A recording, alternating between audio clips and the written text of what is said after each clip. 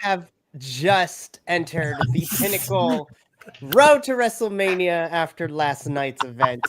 And we are here. Oh my gosh, y'all are crazy. Y'all are crazy. We are here. We are excited. And hi, all you BC WrestlePod nerds out there. And welcome to another rendition of Grapple Gurus. This time with the Wrestle Watch crew, your WWE PLE review squad here on the BC WrestlePod. This is our first WWE PLE review for 2025. Oh, what's happening? Oh, and of course, we kick off with the bang with the Royal Rumble. I am one of your hosts, Mikey, and joining me this morning / afternoon, depending on the time zone that you are currently in, of course, you know, my NXT cohort and officially new to the WWE pay-per-view review squad. Finally, we've been trying to get him on one of these pay-per-view reviews for like over a year now, but Macho is in the house. Hello, Macho. I'm finally glad to have you for a WWE pay-per-view review. Hello, Thermo. How's everybody doing? I think this is the first time you and I've been on in like a year, man. It's been forever. Review. Yeah, it was a SmackDown or Raw. Yeah. It's been crazy. a very long time. It's exciting to get on here. Definitely. I mean, I've always wanted to jump on one of these and thought it was interesting. But did you typically do them on Mondays? So technically, WWE reviews are Monday evenings, but because I will not be here tomorrow and won't be back until Wednesday due to teacher duties of chaperoning trips, we decided to do the review this morning. I think the last time it was me and Luis is when we were crying over Survivor Series, right? When we were like, what in the hell just happened? Yeah. Right? Well, I do remember my first review you were on. We were talking about main event Jey Uso and Roman Reigns stinking up the place in the main event. Oh, that's right. God, that's Maria. SummerSlam. Well, oof. Well, speaking of which, you know, of catching up, the professor is also here, y'all. Hi, Professor. Hi, everybody. This was a lot of stuff to talk about. I mean, I was excited for, I don't know, a good percentage of this. We'll talk this thing to death, I'm sure. I don't even, is controversy the right word or questionable? There's some things in there that I'm like, I don't know if it's controversial, but it's also like, that's a decision. You did that. Huh. It's not like I want to flip a table or anything, but it's definitely like, so I see pros and cons to some of this stuff. I feel like we have a lot more storytelling to do, which is good. And that's what Papa Helmsley likes, right? We have some stories to tell. And I kind of appreciate that nothing was wrapped up in a bow. Sometimes that's kind of the old trope, right? It's sort of, let's wrap this up neatly. And I kind of like that it's messy in a way, but I still have my question marks of like, wait, hang on, what are we doing? But we'll talk about that. And then, of course, rounding out our, panel of 4 this morning / afternoon, newest member to the BC WrestlePod team and the WWE squad for both Raw, SmackDown, and the PLEs, Mr. Kiltman42 on the internet. Hi, you Kilt. I kind of indoctrinated you because you've done the last 2 Saturday night main event watch-alongs with me, so you're in. Yeah, dude, I mean, villain chair. Look at that chair. This is my James Bond villain chair. I absolutely love this. I've had this for almost a decade now. It's just because I'm like, But anywho, I'm excited to be here. We had in the pre-show before we went live, we talked, and I'm like, oh my god, we have so much fun today. We're gonna get into a lot of nitty-gritty. I think. There's a lot of stuff I want to go over with this Rumble, from set design to the matches themselves, as well as choices of who came out. This is going to be action packed. I don't think this is the longest ramp they've had to the ring, but it's probably up there, right? Like that's a pretty good track they set up. This is the longest non-WrestleMania ramp. Because there was the longest one. It was when the Hardy Boys last came out to WrestleMania. From what I remember, it was like almost a story off the ground and just descended. It was like halfway through the field. If I remember right. Wow. I love things. I mean, I appreciate that it's not that up ramp that we've seen wrestlers get hurt on. Right? They're trying to run up that ramp and then like Adam Cole, who blasted his leg on one. What was that, a year ago? And then some other folks where it's like, yeah, let's do this cool thing with the ramp. Just no, just no. No, because it actually, if you watched it, you could see it came out and then it dog leg straight in because they wanted to kind of go up the middle of the field and come to the to where the ring is, which is probably around the 50. But they also dropped it. There was a small decline, and that was where I was concerned. Wrestlers were going to get hurt was on that decline running in, Right. because you're coming up from here and then you have to kind of go down to here and then jump up, and I'm like, someone's gonna like trip on something. And then they had the track for the camera on the outside, and I'm like, that's cool. That's not gonna be utilized much, but that's cool. I mean, I still have images of Ultimate Warrior doing a quarter mile as fast as he could and just gassing himself trying to get to the damn ring. I Full remember cardio. I remember an interview about that, who people were saying that, yeah, he would just book it so far in there, and then by the time he get into the ring, he's so damn tired. Yeah. It's like he can't perform like the 3 to 5 minutes he needs to perform. And I'm like, what the heck's going on here? Thankfully, nobody got too gassed by it. I will admit though, just to get this out of the way, no R-Truth doing some silly spot this year, which was kind of weird. But we'll talk about that when we get to it, because we have 2 whole Rumbles and then 2 championship matches to get through. So we're going to start things off with what kicked off the show. Of course, you already know the drill. If you love what you see here, follow us on the social medias, buy some merch, all that link in the description below. All right, here we go. Let's do this. So we're going to start things off with the Women's Royal Rumble, which kicked off the show. I still don't understand why WWE won't let the Women's Rumble close the show, but I digress at this point. But let's get through it. I have interlaced entrance and everything. I have a whole section of my phone with notes. Did you spend all night building images again? Well, this one only took 20 minutes because the internet okay. The internet is a lovely place. And of course, I already scouted from yesterday which websites and Facebook pages had pictures for a majority of the stuff, but I also have my own notes to make sure that we get the order correct. So if you have not been to any of our other WWE Royal Rumble reviews, we spend a lot of time going over entrances and just talking about the match as a whole. So we're going to be spending a good chunk on the women's and the men's, so bear with us. We promise we will cover everything, but y'all need to be patient because 30 whole women and 30 whole men, 60 individuals in these Rumbles. So it's a lot to get through, but let's begin. So first off, we kick things off with number 1, which is the genius, the crazy person of the sky, however you want to, Oscar the Grouch for WWE with her trash can spots every year at Survivor Series. But we kick things off with Io Sky as entrant number 1. I will say, from a little weird perspective, I love that they showed the country of origin flags for each of the talents, which I was like, there we go. The sports entertainment presentation is already off to a crazy start. So I love this. And then, of course, our entrant number 2, which is Miss Cry About It, Liv Morgan. So these two would start us off. They would go back and forth.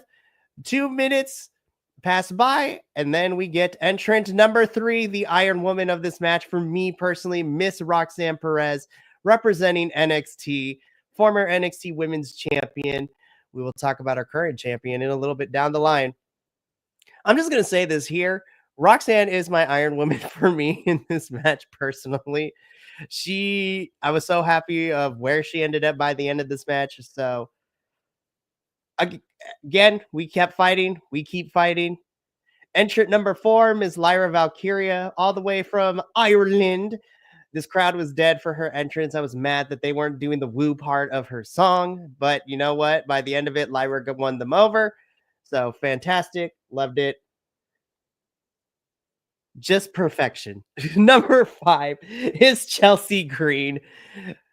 I do appreciate that the women, everybody who was champion came out with their championship belts in this one too. So this was fun. And then, of course, I know some people aren't going to like her, but number 6, I was happy to see her in here. Ms. B-Fab getting a spot in this. So keep going. Miss Ivy Nile, number 7. Number 8, Zoe Stark. God, I wish she picked a different color for her face paint. because it looked like somebody smeared something unmentionable on her face. I'm not gonna lie.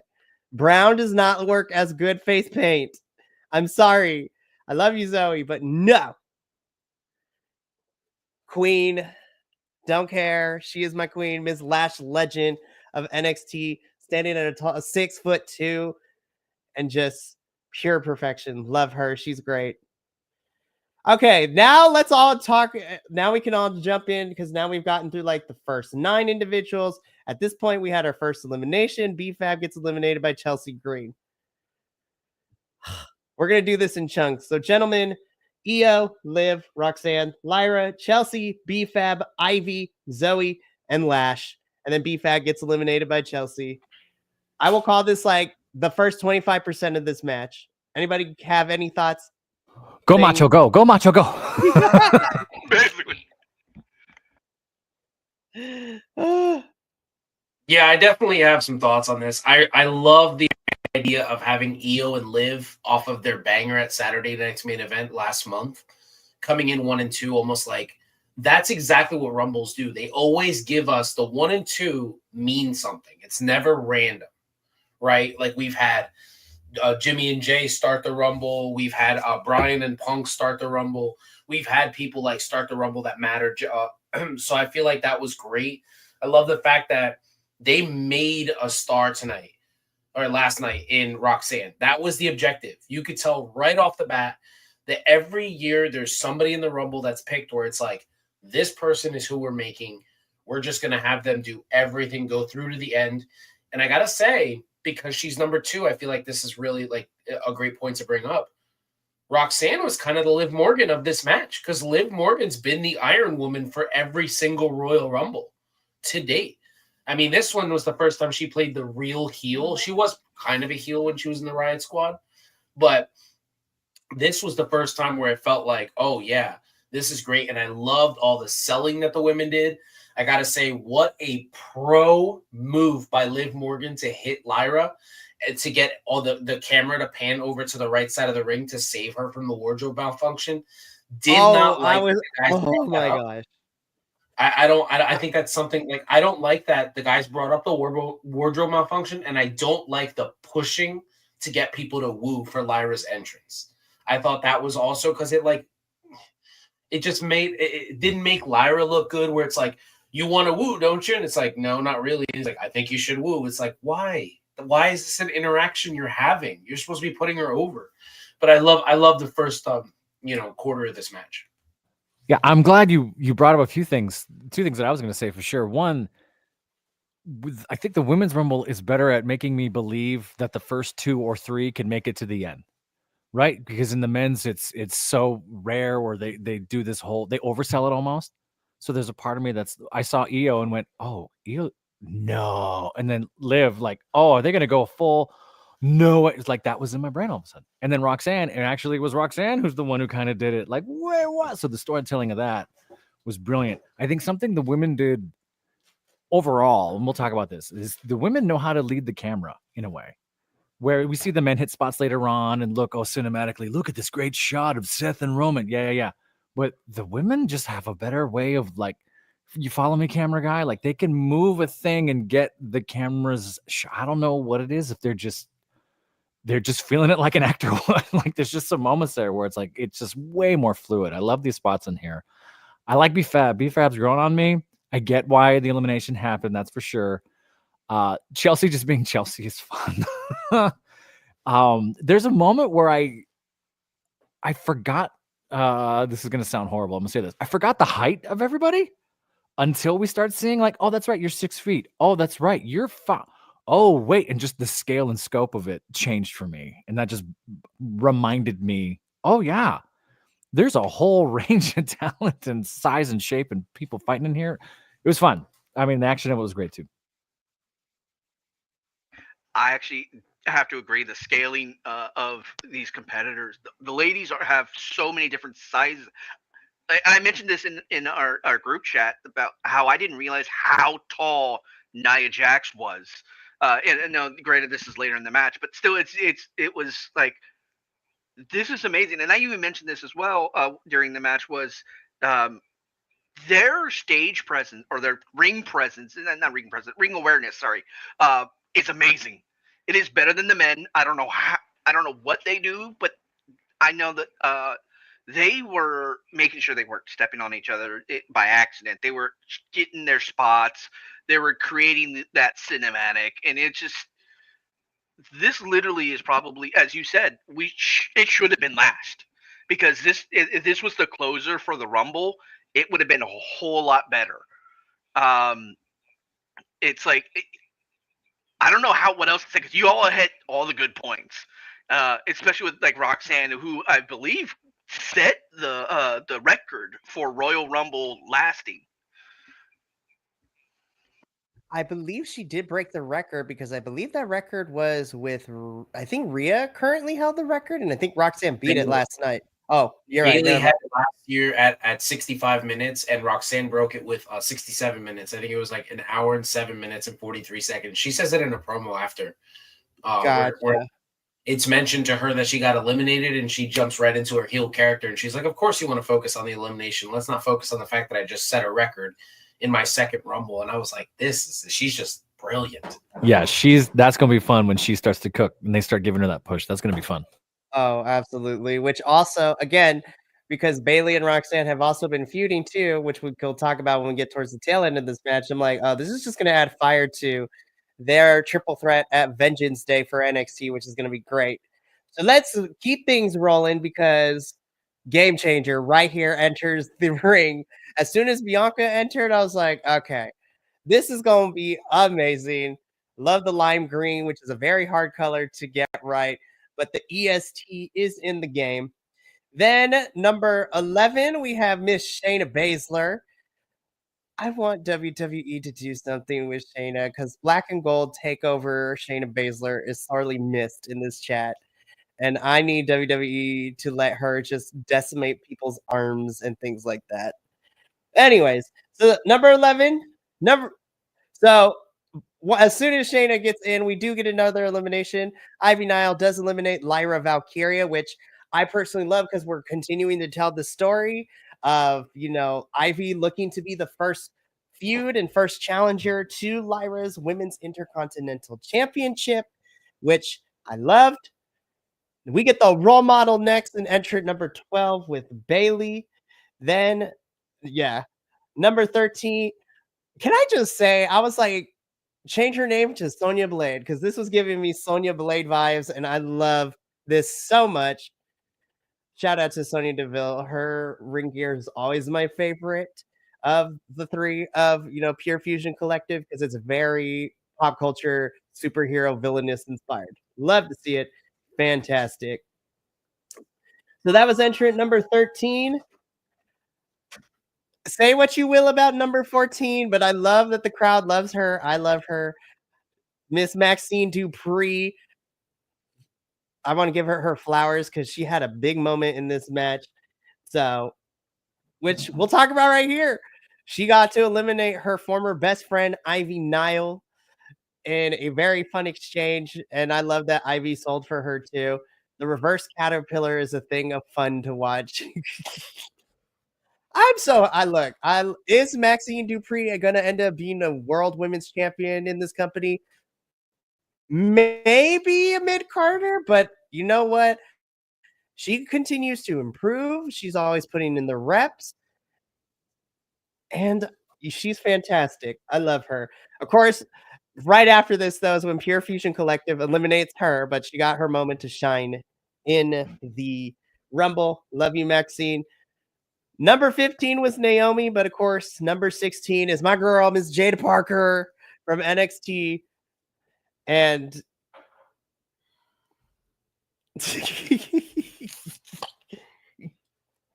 all right, so let's time out here and let's talk about everything we had so far. But this moment right here got me together in the best way possible, because, of course, we have all black excellence in the ring.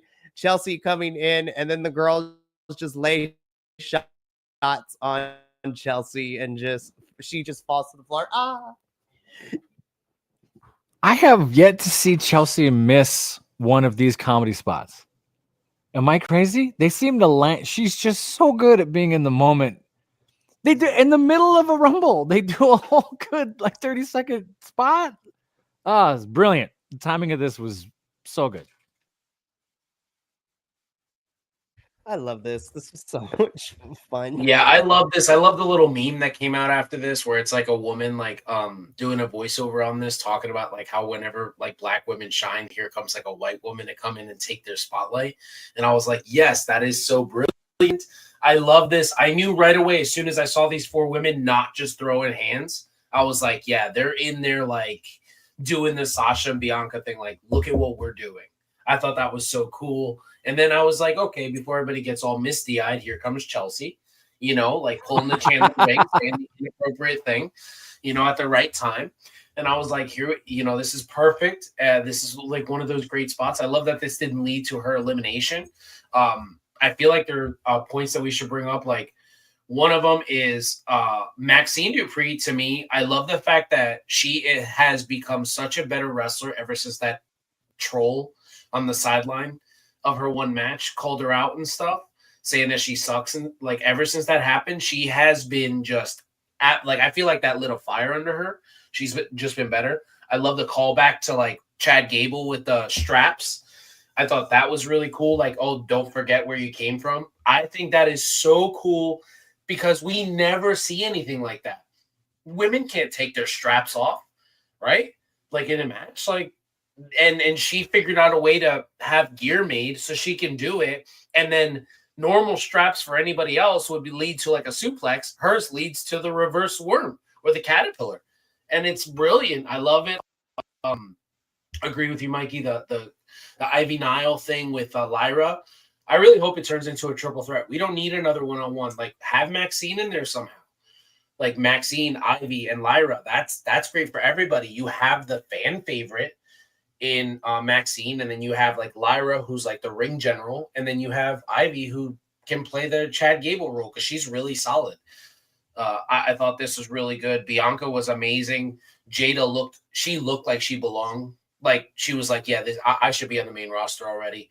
And Lash, I mean, I told you during the NXT show last week, like my son is obsessed with her now. I think that's his first girl crush. Like he's just like Lash is like it. He's like, I didn't even know she was going to be in this. And I was like, buddy, I think this is our way of that. They're telling us like the girls from NXT are coming up. Like they're not doing this anymore. They're not just going to have we're not getting Tori Wilsons and Maria Kanellis's. We're not getting those anymore. We'll get 1 or 2 surprises, but they have a stacked roster right now. No, I agree. And I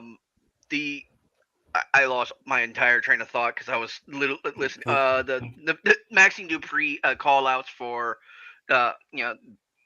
where she came in with Chad Gable. And the one thing that I enjoyed was when Ivy came out and they started giving her the Kurt Angle special of "You Suck." That made me so. I don't know if it was like happy, but it was like that was so enjoyable for that moment. And then if and going back to this scene right here where Chelsea comes in, like I had a feeling something was going to be thrown in there like that, and it was a great spot. She's supposedly one of the most hated in the locker room or something of that nature, and it's like, all right, this works. This is great, and it kept the match flowing, and just this whole. I don't think we can talk any worse, less about this match because this is literally the pinnacle. Like we had 3 great matches to go over, but this is like the best of the night, I think. There's a moment that happens about 60 seconds after this that got me misty-eyed, but we'll talk about that when that's about to happen. I agree. This is so much fun. And again, like the women are just better actors. They just stay in the moment longer. They don't check out. They could push that ego aside long enough to sell and lift everybody up. Like they just know how to do it. Absolutely. And I love that Chelsea didn't immediately get thrown out after this moment too, but we're getting there. So let's continue on. So we left off with number 16, Jada Parker. Number 17 was Miss Piper Niven, who, accidentally ended up knocking so good. Chelsea Green. I love this photo, by the way. Thank you, internet. And Chelsea always selling it. So Bianca and Naomi were fighting with Chelsea. And as Piper was ready to kind of push Bianca over as she was fighting with Chelsea, I love this. Naomi like quickly grabs Bianca, pulls her out of the way, which then allows Piper to accidentally knock Chelsea off the ring apron. Thus, Piper Niven, Chelsea Green's Secret Service agent, not accidentally knocking her out of the Rumble. Oh, this was fantastic. I love this little spot. This was funny and hilarious. So promptly after this, we do get number 18, which is Miss Natalia, who, at this point of the game, like, I never questioned her fashion choices. She, even on Total Divas, she had some weird fashion choices, but you know what? I will be remiss to say I have kind of missed her on my television screen. I'm not going to lie. I think Natty doesn't get a lot of the praise that she should, but that's neither here nor there. And of course, she's always wearing her leopard print. So go Natty. We love to see it.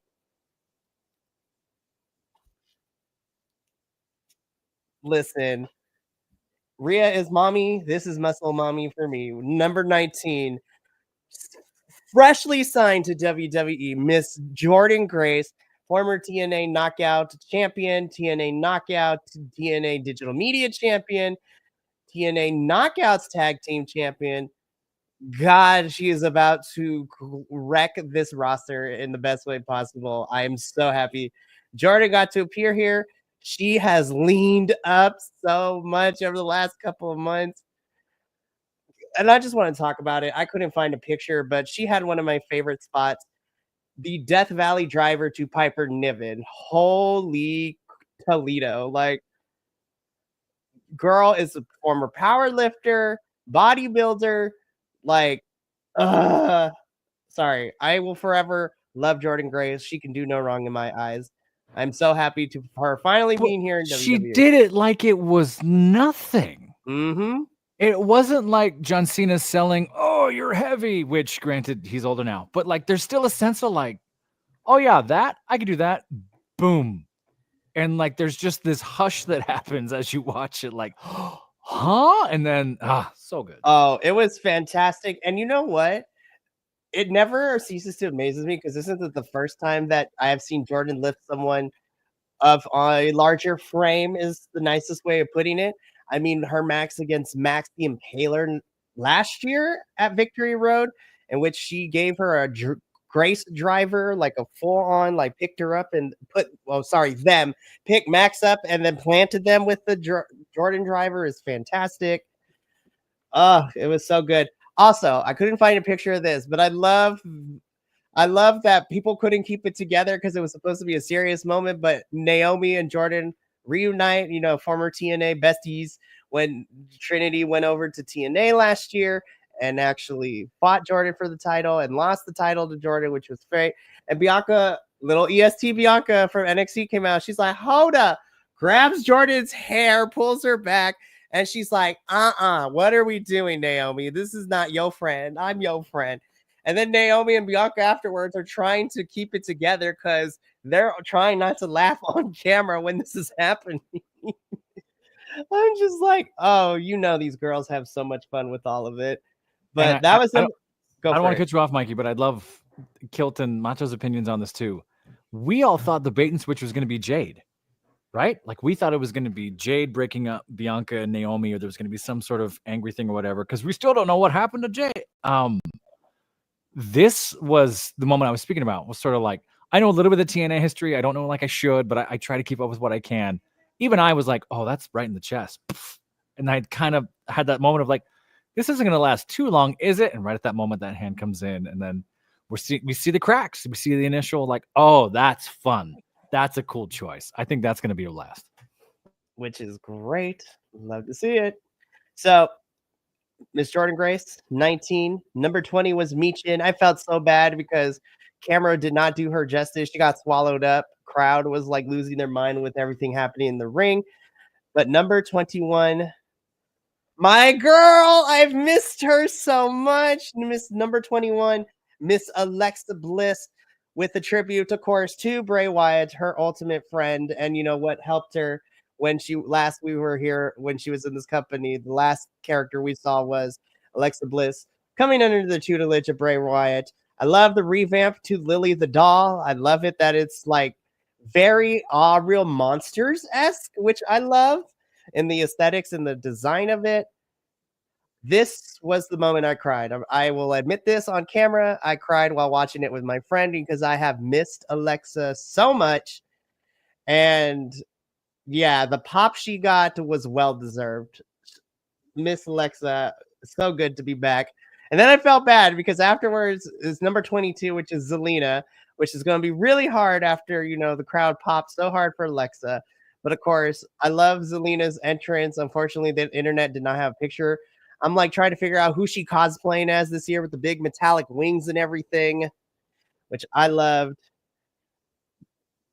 And then, of course, we get number 23, Miss Candice LeRae, who I forgot is her women's speed champion, which I was like, oops, that's my fault. I was like, stupid Twitter only having the speed championship matches on Twitter, which we don't use anymore. So that's the thing. Are they still doing that? That's still a thing over there? Yeah, the speed champions happen every Wednesday. We still have men and women. So I'm not faulting anyone. I would just love to maybe see it sometime. Maybe actually. I know it's weird, but it is what it is. But then for me personally, I can only speak on myself. Number 24 shocked the hell out of me because she was not on my radar. But the Chilean badass herself, Miss Stephanie Vaquer of NXT, making her Royal Rumble debut. And I'm just like, when she comes to this main roster, she is going to win this one year.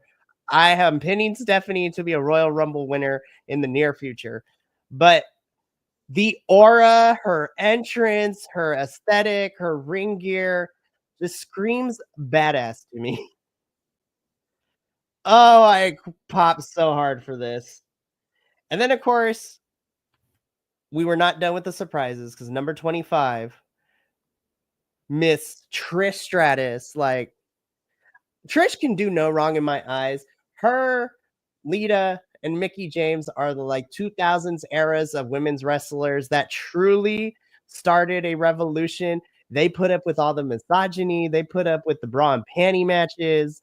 They, especially Mickie James putting up with the Piggy James storyline with Cool, which is still not fun to talk about, but those three to me are pioneers that truly set women's wrestling be like, oh damn, women's wrestling is actually more than bra and panties matches. And the fact that those generation of women had to take their own initiative to learn how to wrestle because nobody was coaching or teaching them because they weren't given a second thought. So Trish, Lita, Cool to a certain extent, Mickie James, Jacqueline, Shaniqua, these girls had to freaking learn on their own and, learn from the men. They would ask the men to spar with them, train with them, and to see that Trish come this far and to be a legend and still be able to want to do this and get into the ring, Trish Stratus will forever be a hero to me. I love her so much. This is great.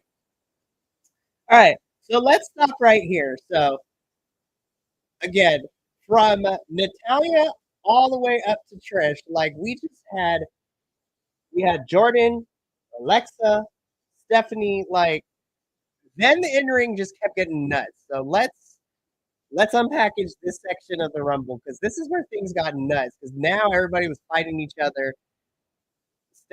Stephanie and Jordan were Bianca was throwing fools around,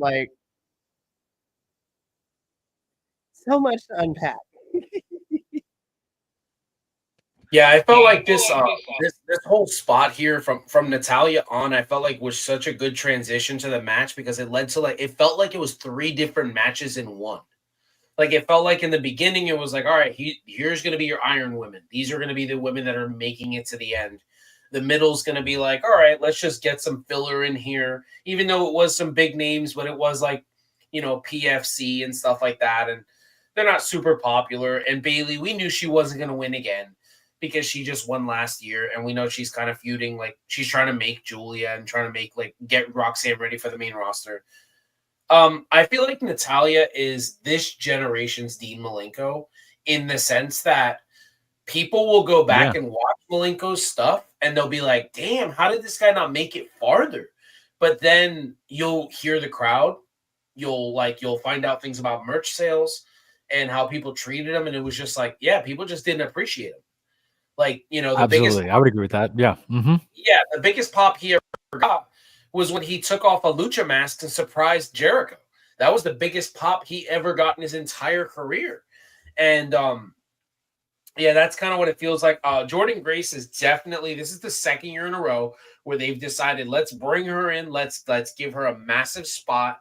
And here's one thing I want to say before I like hand it over to you guys. I think that notion that WWE fans don't know indie stars, don't know people from across the globe, that is gone. Because this era of wrestling fan, look at the reaction that Jordan Grace got. Look at the reaction that Stephanie Valcour got. Like, they're not supposed to know Stephanie. That's what Vince has convinced people. Oh, yeah, you're known here, but you're not known like in our place. And that's gone. Because the reaction to Stephanie was loud. It was like, okay, like they know who you are. You know what I mean? And I don't know if AEW helped with her match with Mercedes. That could have benefited her. That could have been great. Trish Stratus coming in and having back-to-back bangers, so to speak. Her last match with Becky was the cage match. That was phenomenal. That I felt like that was the match of the year that year for the women. And then for her to like take a massive break and to come out for this was awesome for me because my son was like, who's that? And I was able to explain everything Mikey explained. She went from bra and panties to being like, I don't want to do this anymore. I want to do what these guys do. And I want to change the culture of this and her. And when we get to number 30, I'm actually going to mention a name that nobody's talked about that I feel like should have been number 30. But I felt like this was a great way to be like, hey, here's like the legend. Here's the legend. Here's the reason we're all here. And I love that. I thought it was great. Go, Kiltman, go. Okay, my turn. So yeah, I want to go back to one thing you said, Professor, about the Death Valley spot. That harkened to me the John Cena Big Show moment where it's like, okay, this person with this smaller frame just took on this huge frame and just dropped them. That was phenomenal.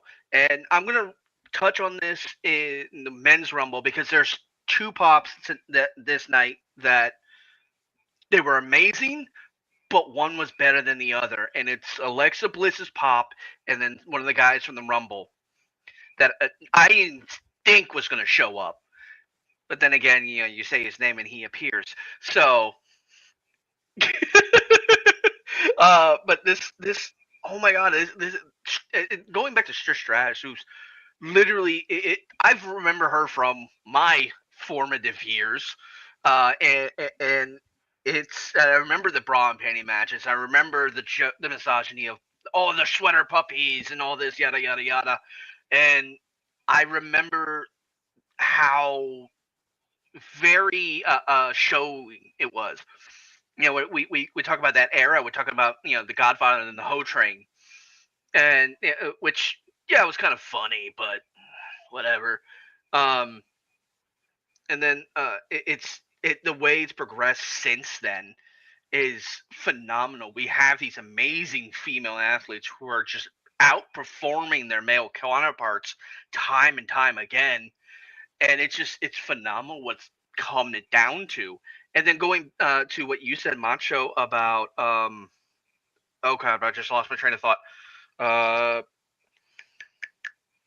There was a really good point about. All right, I'm done. I can't remember. I can't think of it. It's gonna take me too long to remember. We're all sorts of trains of thought here. I don't like doing this with sports, but for Trish, it's a little different. Could you imagine her now in her prime? If this was the ground she had, we wouldn't talk about anybody else. This would be a whole different. Right. This is actually. This reminded me of what Macho said. I got you. Here we go. Good job. There we go. This would be a whole different ballpark if the current atmosphere of women's wrestling was back in that day. And that was, as Macho had mentioned, was a very Vince mindset, because Vince tried to make it so that way there was no one else besides WWE. You need to know about WWE, and that's it. But now we know about, like, as you said, the average wrestler fans knows about NXT, TNA, AEW. They know about Lucha Underground. They know about all these other wrestling federations around the world, and they pay attention. And then you have these this not well known, but like really well known people coming in so that the average viewer or the average like casual wrestling fans like, oh, that's cool, this person's blah blah blah, and it just starts intercircling. And that's the way it should be, and it's just so good. Yeah, and I think we've gone full circle a little bit, right? There was this idea of we have to compete directly or to get our piece of the pie. And I think the women do this too, where it's sort of, no. If we're the tide that lifts all the boats, we all get to eat. It's just now there's so much content. You can't fight the wave of content and other stuff like that. And I think Macho's absolutely right. There were certain pockets of the crowd where you could tell, like, oh, all the folks up there know who Stephanie is. Oh, all the folks over there who know who Jordan Gray is, right? Which is kind of a cool thing. I think by this point it was, I don't want to say it was madness, but it was like a controlled melee in there. They knew where the spots were. They knew what they were going. You saw them calling spots. It was Becker and Natalia did a whole 30 seconds in the middle of there. And then Piper and I'm forgetting. I got to pull back because like everyone was sort of like, "Hey, you ready? Bang, go!" Like just quick spot here and there and there. It was that controlled chaos thing. And again, and we'll harp on this. I don't want to harp on this too much. The women are sort of, if we lift all of us up, we're all going to look good. Whereas the men have sort of a, hey, meet me where I'm at. Don't make me carry you. And there's just something to that shift. And this is like a sociology experiment. You see it in the ring happening right in front of you when you watch this, when we got to this point. Absolutely. Yeah. Mikey, go get him. All righty. So let's head into the home stretch because we only got 5 entrants left. And then we can talk about the final stretch of this whole entire match. Yes, I agree, Maria, that Death Valley Driver to Piper was amazing. It was so good. We talked about it earlier. So now let's get into the final stretch of things because after Trish Stratus, number 26 is La Cholita herself, who's Raquel Rodriguez. The only thing she was missing was like the Sharpie eyebrows. Listen, I went to school and I know many of Cholitas. Funny enough, they are the nicest people, but they will also ride or die for you. And Raquel is ride or die for Liv. So Raquel Rodriguez comes out at number 26. And then at number 27, well, actually, before this, I'm kind of excited. I need this feud to happen. Liv eliminates Alexa. I need this feud. I want this feud. This feud should be fun. Though I don't know if we're going to get it because we're also kind of putting Raquel and Liv in a tag team championship storyline with Bianca and Naomi too right now. So, but who knows? Plans can change. We have until April, so we'll see what happens with all of this. But number 27, y'all, all hail the queen. She is back. Miss Charlotte Flair has returned. Yes. And I, for one, have missed her presence.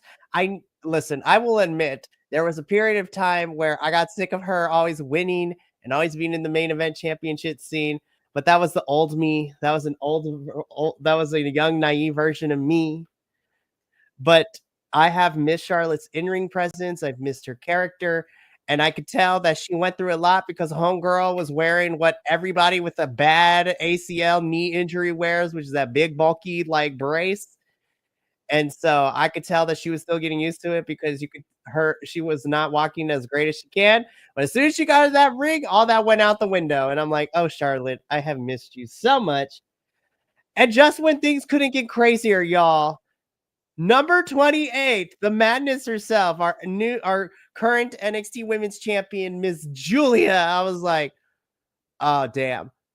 I'm going to bring this up again during the Men's Rumble, but why is it that the NXT does not, or I don't know whether it's NXT's choice or main roster's choice, but how come we don't get any men's representation for NXT We hardly ever do. Like, we don't. Like, Carmelo Hayes is probably one of the only few men from NXT when he was in NXT to pop into the Rumble. I was very surprised. No Oba, no Trick Williams. Like, at least those two, at least. But I digress. We'll talk about it when we get to the men. But Julia's in here. And then the equalizer as soon as things happen. But Julia eliminates Jordan. I'm like, give me this feud. Like, now. Like, oh, please. Terror has arrived, y'all. This Nia What Jax, is that photo? Look at that photo. That's a Mortal Kombat character. Damn. she got treated like a Mortal Kombat character because she took out all the whole roster pretty much in this match. But by the way, also Nia Jax, love the hair, girl. I love the locks, love the hair, giving me Palo Malo vibes. Love you. Anyways, number 29 is Nia Jax. And not on my bingo card, I will admit, number 30, Miss Nikki Bella. So I want to preface by saying this. The situation that she went through, nobody, man or woman, should ever go through that situation. But that is also a whole can of worms because more information is coming out. Like, we're learning crazy things about it, but this is not the platform to talk about it. I understand, she represents an era of wrestlers of a time gone by with the Divas era, but she wouldn't. I will say this. I understand. I appreciate the contributions during the Divas era, but if I'm going to pick a couple people to represent the Divas era, she would be on the lower end of my list. I'm gonna just put it at that. With AJ and Caitlyn and now known as Saraya, those would be my picks for that Divas era. And even towards the tail end of it, Alicia Fox, love you, girl. But yeah, so now Nikki gets into it. So let's talk about this final stretch and then let's debrief because this picture alone, like Nia Jax eliminates like 7 to 8 people at this point. I think it was 8. Wasn't that the number? Wasn't there some record thing there? So they credit her with 9. She gets. I was writing this down. So, she gets credited with 9 eliminations, which is very weird. Because one of the eliminations she got credited for, someone else eliminated, which was Io. She got credited with that, but she eliminated Zelina, Trish, Bianca, Naomi, Liv, Raquel, Stephanie, and Nikki, and then Io.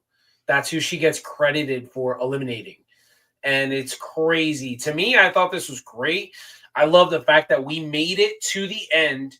It felt very 90s to have that many people in the ring at one time. I thought that was cool instead of just going right to the Final Four. And I want to say something that I feel like it's never brought up because I just don't think people really pay attention to it.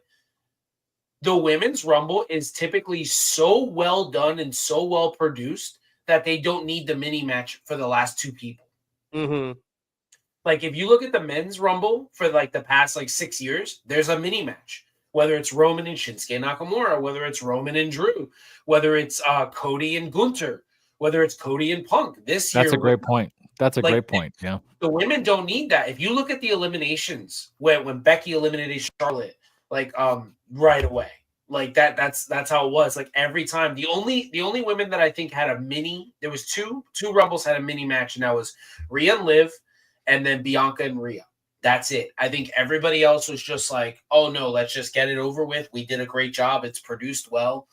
I really enjoyed most of this. I have no complaints. I think this was a 10 out of 10 match for me. I think when you talk about Nikki Bella, I feel like this is a prisoner of the moment thing because I made a video last week. You can Google it. Like, it's straight up on Google. There are 15 different articles of wrestling pundits, of wrestling fans. There are Reddit sites, Discord. Nobody liked this woman. They thought she was a detriment to the business. I remember that when Charlotte came up to take the title from her, that's what it was. And we're not talking about Nikki Garcia, okay? I feel like that's a big thing. We're talking about the character that we see on screen, Nikki Bella. She wasn't a good worker. She wasn't safe. Her in-ring awareness, it was brutal. Her forearm, she hurt a lot of girls with that forearm. She hurt her own sister with that forum. Yeah. She was the original, like she was like Nia. Nia got better, and she wasn't like that. So to bring her back when you just accepted Victoria, you just brought her back into the fold. How do you not give that? And then here's another thing: you have a Pat McAfee spot this week with like Stephanie McMahon. How is Stephanie not the surprise entrance at the end of this? I Like, would have died it's a if she had women's been the champion. Rumble. That would have been amazing. You have her come in, have her maybe throw out one of the favorites. Like, hey, I'm Stephanie and I'm a heel. Like, this is what I'm here to do. She said it herself. She hates being a babyface. Those are two names that I feel like would have been way better. There are people that are there that work in the company. Like, Victoria's back. They're talking about her being in the Hall of Fame this year. They just showed her on Monday Night Raw for Netflix. I love that. Victoria. Would have worked out better. And I feel like the whole Nikki Bella thing was like, oh, yeah, she was on the red carpet. We got a reaction. A lot of people remember Total Divas. And that's what it was. But I thought they were hinting at Stephanie getting involved. Didn't you guys? The whole pre-show, every now and then there was a HUD edit of Stephanie. But then when she gave the announcement at the top, it was just enough to me to be like, oh, maybe she's not involved, but she's there. Right. So there was a part of me that was, that I didn't lean on it too much, but I was sort of like, oh, that would have been an interesting, that's where that curveball would have been cool. Kilt, you have a thought? I do have a thought. So I remember seeing an interview with Triple H. It was last WrestleMania or the one before, one of the two, with him talking about Stephanie, how she has stepped away from the company and how she was like just basically a fan, a watcher. And then she came back for like the Hall of Famer, and then how she was surrounded by everybody. And she told Hunter, she's like, this is my family. This is where I belong. And so I think what they're doing is they're slowly easing her back into the company at her pace. So that way she feels comfortable and she's starting to get more back into it. And she might not come out and do a lot outside of very special events and very select things. That's my thought process on this, because going from WrestleMania of, okay, she missed all this, and then seeing her come do the intro before the women's Rumble, and then this is what I'm thinking it might lead up to. It's her slowly reintegrating into the company and into the business, but like at a very slow pace, because of her personal issues with the not the community, but with everything that she's been through since she started with the company. Like, that's a hell of a last name to have right now. Over the last few years, right? And could you imagine her coming back as a heel manager? That would be wild. She is just as good, if not better, a Carnival Barker than her dad. Like, she could work some folks up. That could be incredible. I think she could go toe to toe with Paul Heyman. That'd be wild. That'd be wild. Yeah. I think she could. She is. She has so much. With him before. Yeah, it's. I think she would, if she came back and started doing that and started kind of doing that toe to toe with as a Paul Heyman style heel manager on the women's side, and then maybe bark back and forth with some of the men, and kind of get back into that manager status. That would be phenomenal for her. I think she would excel at it. And she could be strong, confident woman, not all this sexy time stuff that they threw at her, which was just absurd, right? Oh, that'd be wild. Perfect for Jade Cargill. Oh yes, if she managed Jade, dude, that'd be crazy. Ooh. That would be the best way to get her over. She doesn't. Now Jade has her own aura. The one thing she's very good at is she can talk. She's very presentable. It's her in-ring ability that still needs a lot of work, which is why I think we'll talk about that later. I think that's why Trick hasn't been called up to the Rumble, because every match just gets worse and worse. And I think that it's glaring. And I think they're like, we're not putting you out there. You would look like a green guy out there. That's very true.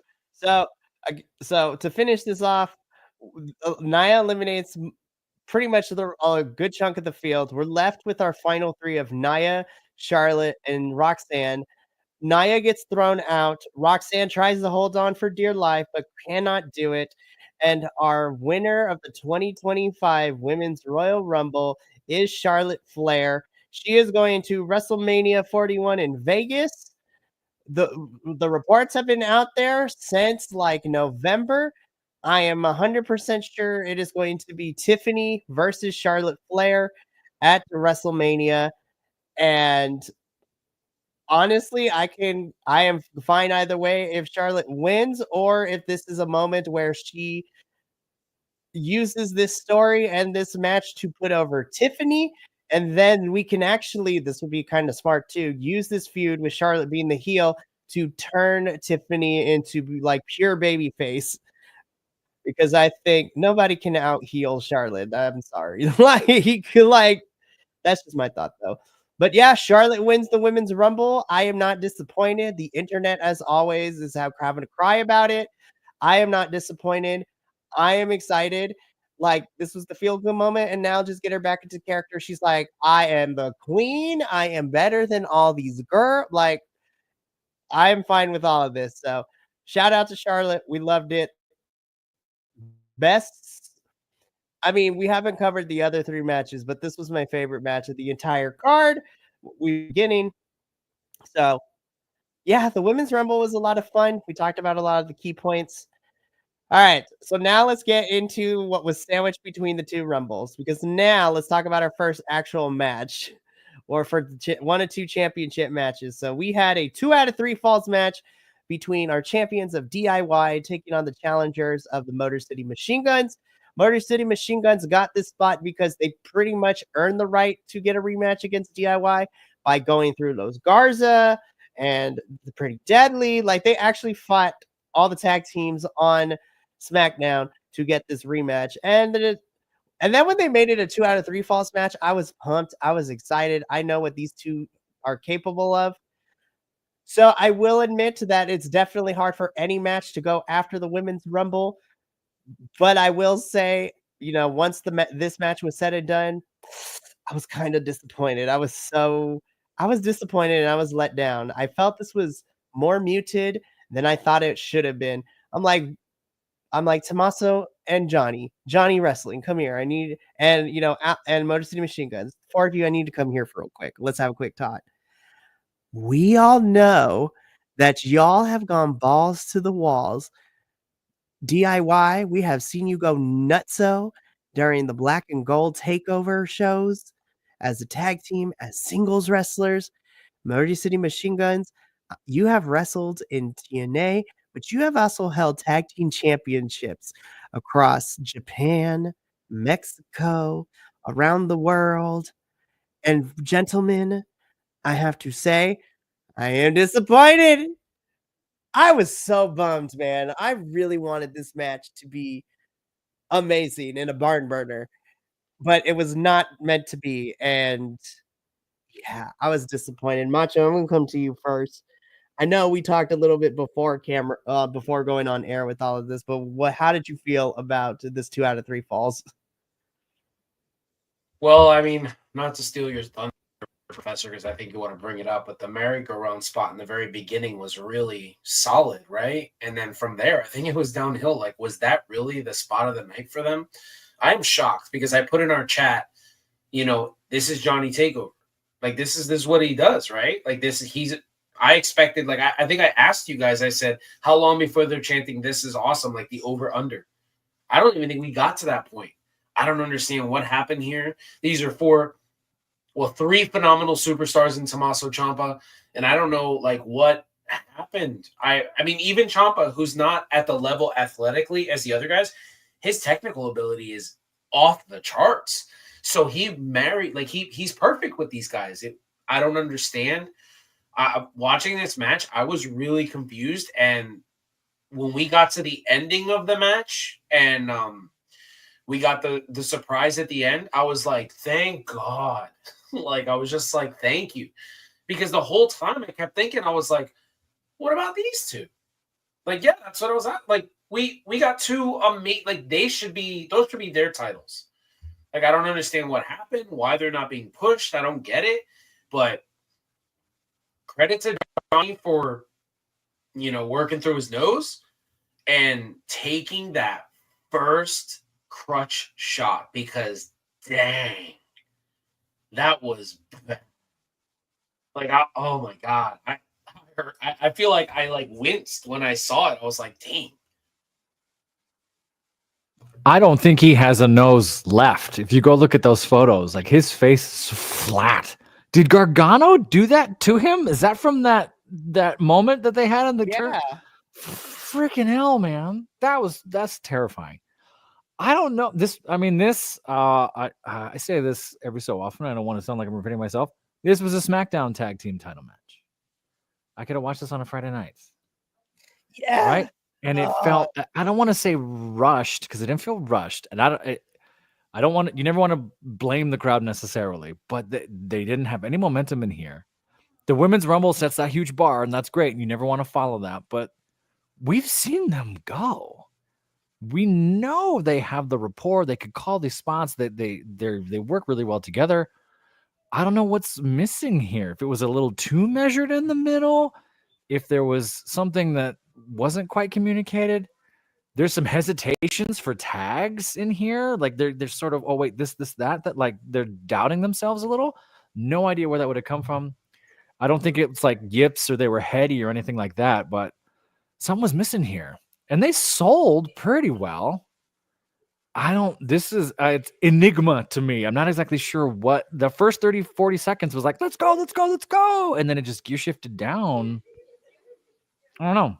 Yeah. It's odd, right? And you're right. Street Profits showing up was like, okay, now we got something to do. Okay, fine.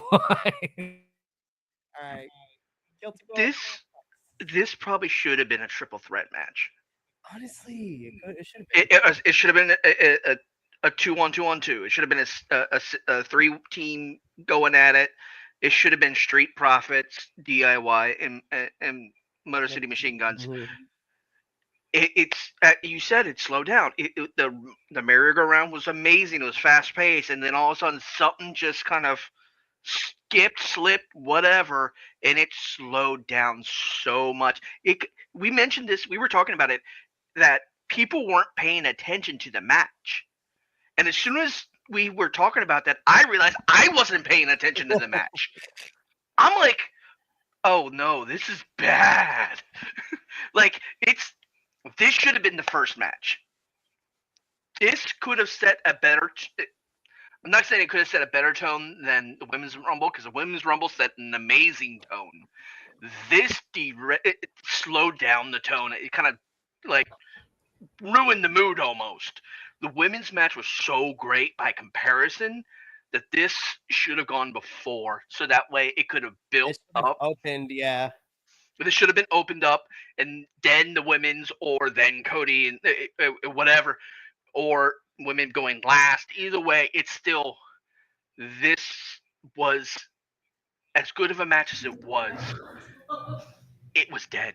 And it's hard because they're working hard. I'm watching replays of it right now. Like they're working. They are doing. And it's just hard to nail down exactly what's missing. The hesitation, like I'm seeing, is, and I'm still just in the clips I'm kind of looking at right here. Is like, yeah, there's just this brief in between. I don't know what happened. It's insane. It's like, and there was a few good spots. Like one of my favorite spots was the missed tag, or not the missed tag, but the planned missed tag. That was a really good play. It was just, that was a great thought, great spot, great situation, and then it was just very underwhelming. I think we had a similar match in the last Saturday Night Main events. Oh my God. Just it was okay. This is gonna be good. This is gonna be good, and it's kind of like what. Yeah, I think we all feel the same way. The Profits coming back definitely was the highlight to this. Not to say this was a bad match, but this probably could have been reserved for SmackDown, and it didn't feel like a pay-per-view match, so it's unfortunate. So, at this point, Macho, I know you got to go, so I want to say thank you for being here. And then, the Professor and Kilt and I will cover the last two matches But the next pay-per-view review will be on a Monday evening, so hopefully we won't have to worry about all that. So Good seeing you again, man. One of these days we'll catch up. Yeah, good seeing you guys. Thank you so much for letting me jump in here. Just want to say one thing: the men's rumble should have opened the show, and I did not enjoy the ladder match. Ooh, okay. Woo-hoo. Yeah. Alrighty. Well, the only thing I'll say is like I thought both men worked really well. They worked their ass off. I'm not saying anything about them. I just felt like the big spots, like they took away from the story. Like it was almost like, oh yeah, let's just go as crazy as we can instead of adding to the we hate each other. And that's where kind of like yeah, I felt like we could have done a better job. And I don't know if Cody's hurt. I don't know that seems to be circulating. That might be real, so we don't know. Hopefully he's not, because that man is needed for Mania. At this point, he's needed, especially if it's Jay, so.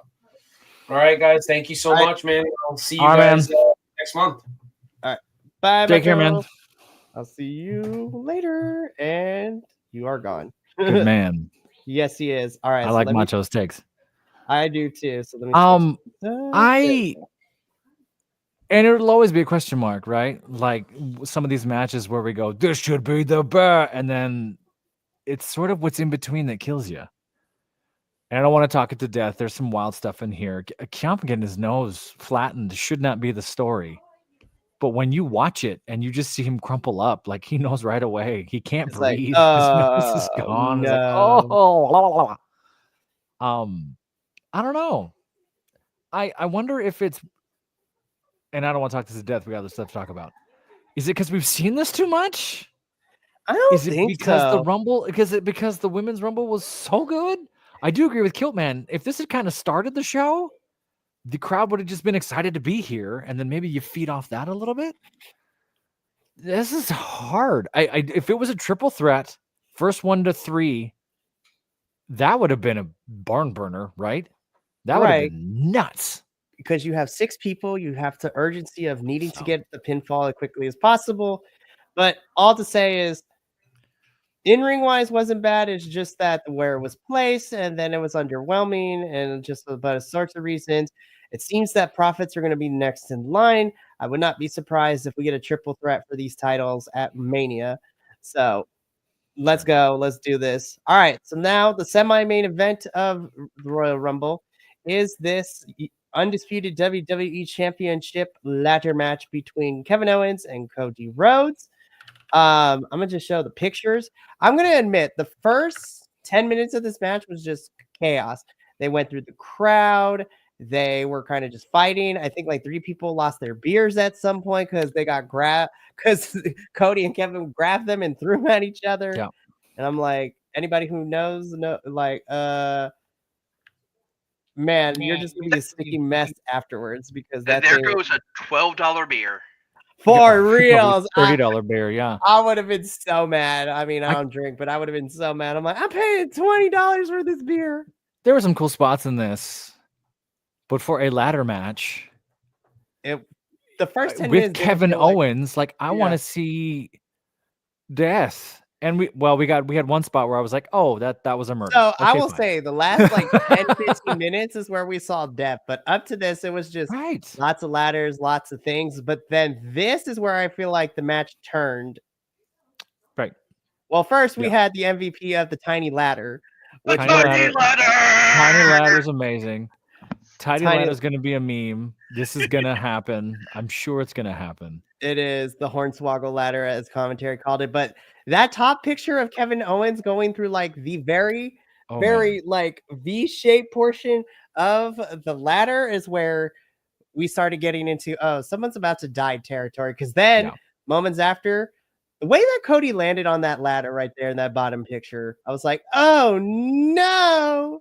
I was like, those ladders are not fun to take. They hurt. So I thought he was favoring his leg. Did he hurt his back? I'm not finding too many report things. No, but I would feel like maybe Cody hurt his back in this point, because Kevin Owens is like, oh, you're going to do that to me? The way that Cody, well, both of them, because I remember texting in our group chat with this, Cody's back bounces off the ladder, but it looked like Kevin Owens went head into the rung of this ladder from the top turnbuckle onto the ladder. Then, of course, all the stuff happens. Yeah.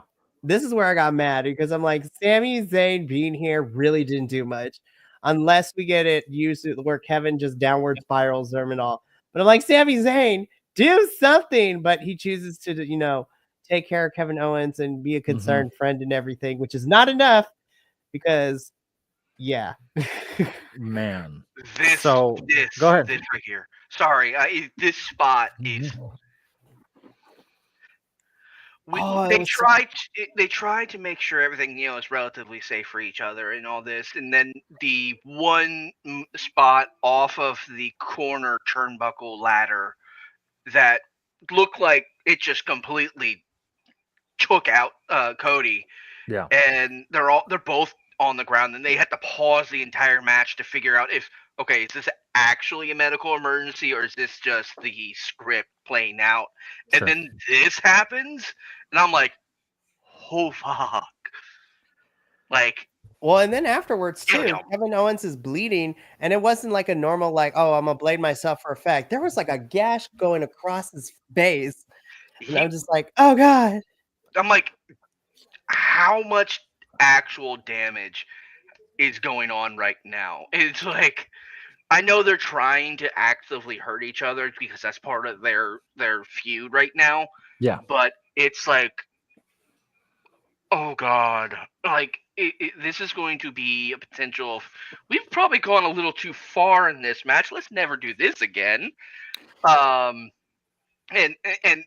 now I saw moments where Cody's looking back at Kevin to make sure he's actually okay, because he has. I think in the clarity of the win, it's like, yeah, I'm celebrating. Is he actually okay? I'm celebrating. Is he actually okay? Yeah. It's like he's still trying to be the friend, or at least the good, person in this. And it's just like, okay, just leave. Let's everybody leave and clean up and just move on. It was a great ladder match. I kind of would have loved to see Bubba Ray come out because he was doing some of the pre-show. Just something. All of a sudden, here's Bubba Ray Dudley. What the fuck are you doing here? Sure. It's so much there, and it's like, okay, this is great. Okay, now we can move on to whatever else is next. So, go ahead, Professor. No, I did not dislike this match. I would really love to hear more of what Luis thought too. I didn't dislike this. There was something about everyone checking on everyone where I felt like there was an audible called somewhere at the end of this, where there was something here that this was supposed to go this way and this was supposed to go that way, and there was just enough confusion and just enough conversations and melee and quiet whatever in between. There was a good 45 seconds of nothing while everyone's struggling, and Michael Cole and Wade are kind of riffing a little bit, talking about what's going on, and here's a replay, and here's this thing, oh my god, where they were genuinely checking on each other, and I get that. This is hard. I'm gonna say this. I think Macho and I are kind of in agreement. I'm wondering if this is what his take would be. I don't believe Cody as a nightmare.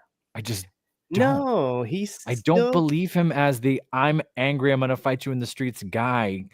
He's our American dream. Like, that's what he is. So we need him to go Homelander Cody, like we've been wanting. And until he goes, I'm actually a murderer, I hate you, I'm not going to believe I can be violent too. Look at me. So everything he does to Kevin, I don't want to say fake. That's the dirty word. I'm not saying it comes off as fake. It doesn't come off as genuine to me as Cody as pure hatred, right? He needs to play the Batman, I'm not going to murder anyone, right? That's his strength. So him doing the ultra-violent thing, it just didn't match up the way it could have to me. And I think that might be my hook. I love them going into the crowd. I think if you're going to go into the crowd, you got to play with the crowd, or else it doesn't really work. Throwing beers at each other, I have no problem with that. I think that's fun. The part of me too misses the Sami Kevin versus Judgment Day violence, right? That to me is what they could have or might have wanted. I know you got new fans. I know you don't want to scare anybody. Fine. That Alabama slam at the end, though, that's going to go down as legend forever. We're going to talk about that forever, right? Oh, Because that was that crazy. just happened. Not to go to production, the ladders they're using are different. Mhm. These look more to me like aluminum ladders that are not OSHA standard, that are only made for wrestling purposes. They can hold your weight, but they will buckle. So climbing these ladders, they were terrified. Kevin and Cody did not like climbing these things. They were rickety all over the place. The ref jumps in to hold it for Cody at one point. If you look at that Alabama slam, Kevin actually takes it perfectly. Mhm. He just does that extra curl at the end to make it look terrifying. So it's super cool. It's a perfect moment for this thing. Some of those other spots, I don't. What's the word? We lost the storytelling. I think that's what Luis was going to jump on. We lost the whole why am I doing this? Who am I doing this for thing? And I think that's why Sammy was there, but then they didn't pull the trigger on Sammy. So I'm just left with that question mark of like, why? We're gonna need to see what happens. Go ahead, Kill. You're muted, by the way. What's funny is I keep muting myself on my headset and not on the stream, and so I muted myself on the stream. Then I go to reach back to unmute myself from my mic, and it's like I doubly muted myself. I'm smart. You mentioned there was an audible called. I think during that first pause, the one where they both hit hard on that ladder and they're both on the ground, and then Sammy came out. I think there was some spot that was supposed to happen there, but because there was so much going on and so much damage, it got changed. And then at the time, so yeah, there's got to be, right? Like that was my impulse. Yeah. Like there was something that just like either Cody was a little too hurt because he got up and it looked like in his shoulder there was a piece of metal. Is that you guys said that? And I'm looking back trying to find it. Is it in his body?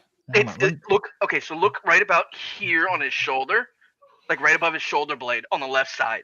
It looked like a cut, but it looked like there was something just like sticking out. Oh fucking hell! And it's like I was concerned because I'm sitting there, I'm trying to look, and like we're watching it, and I'm like, I'm trying to see, give me a good angle of that shoulder again. Because go from when Cody gets dropped on the corner, the ladder in the corner, and then go from there, because that's where I saw something. I saw something in his shoulder, and so I'm not sure if it's like, okay, well, there was some complication that. Well, because this is aluminum. I mean, these are aluminum cans, right? Like I don't think that the rung was supposed to come off the ladder. I don't think that bottom rung was supposed to. And that's a cool touch, but that's also like if that's able to happen, these are some big dudes. So I wouldn't be surprised if there's something ridiculous like that happen. Yeah, I think that was something that was extreme that did happen. They had to do an audible and an adjustment because of those ladders. As you said, these aren't our normal ladders. These aren't the ladders we've seen in the past where they're freaking durables all get out.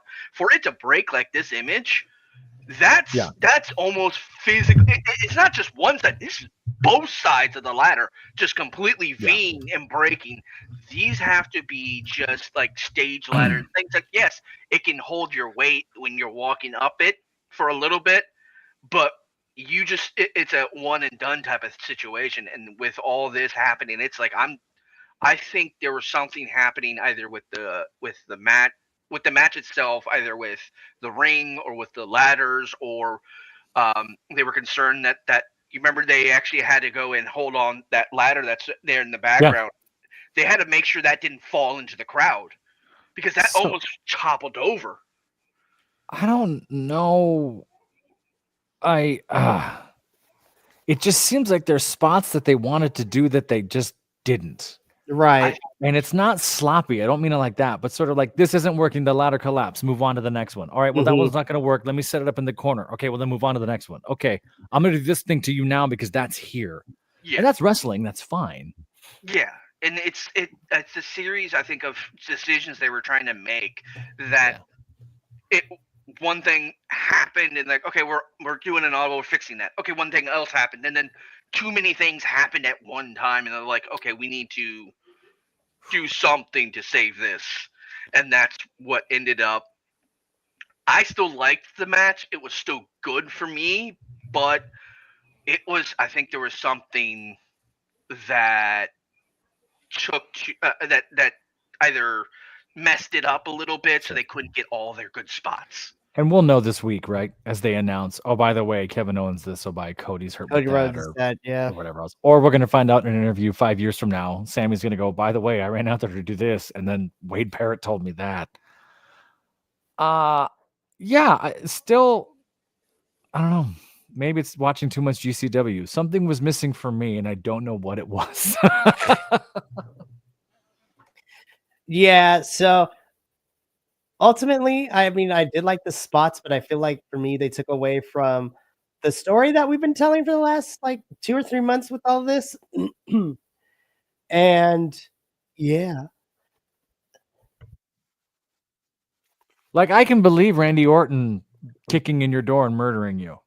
I don't believe Yes. Cody Rhodes doing that. no, he hasn't And given he hasn't been developed or built to do that. no. Right? So no, he has not. So we'll see what happens. Yeah. So I'll wait until we get to it because I think Cody will be facing whoever wins the Elimination Chamber. So because the winner of our Rumble, I think, is going after Gunther. Which, speaking of the men's Rumble, this is the last thing we got to talk about. Here we go. Let's talk about it. All right. So we're going to do the same thing. I'm going to try to break it off into chunks. We're just going to talk about people that were involved in this. And then we'll get to certain spots and also meme pictures that I have, which are fantastic. Love to see that. I see a lot of people not liking the men's Rumble, which I was like, the men's never lives up to anything, which is disappointing. There were some good There were things. some good things, but I was just like, This is one of the better Rumbles in the last 5 years I've consistently been watching. So let's kick things off because at number 1 is the Hall of Famer himself, Mr. Rey Mysterio. You know, out here looking like a superhero. Love to see that. And then I was shocked because number 2 is Mr. Penta El Cero Miedo. I'm just like, Cero Miedo. I'm like, rocking the blue fit, which I'd love to see. I loved him so much. We'll talk about. I have opinions about him in this, but we'll talk about it. Oh, I mean, I didn't include the picture, but you mean when he technically touched the ground? You want to talk now, or you get through your block? We'll talk about it. Okay, because it happened fairly early on. So it happened during like the first. It happened immediately. Yeah, let's talk about it now. Talk about right now. Like literally, it happened like 2 minutes after this. Like Penta. I don't want to.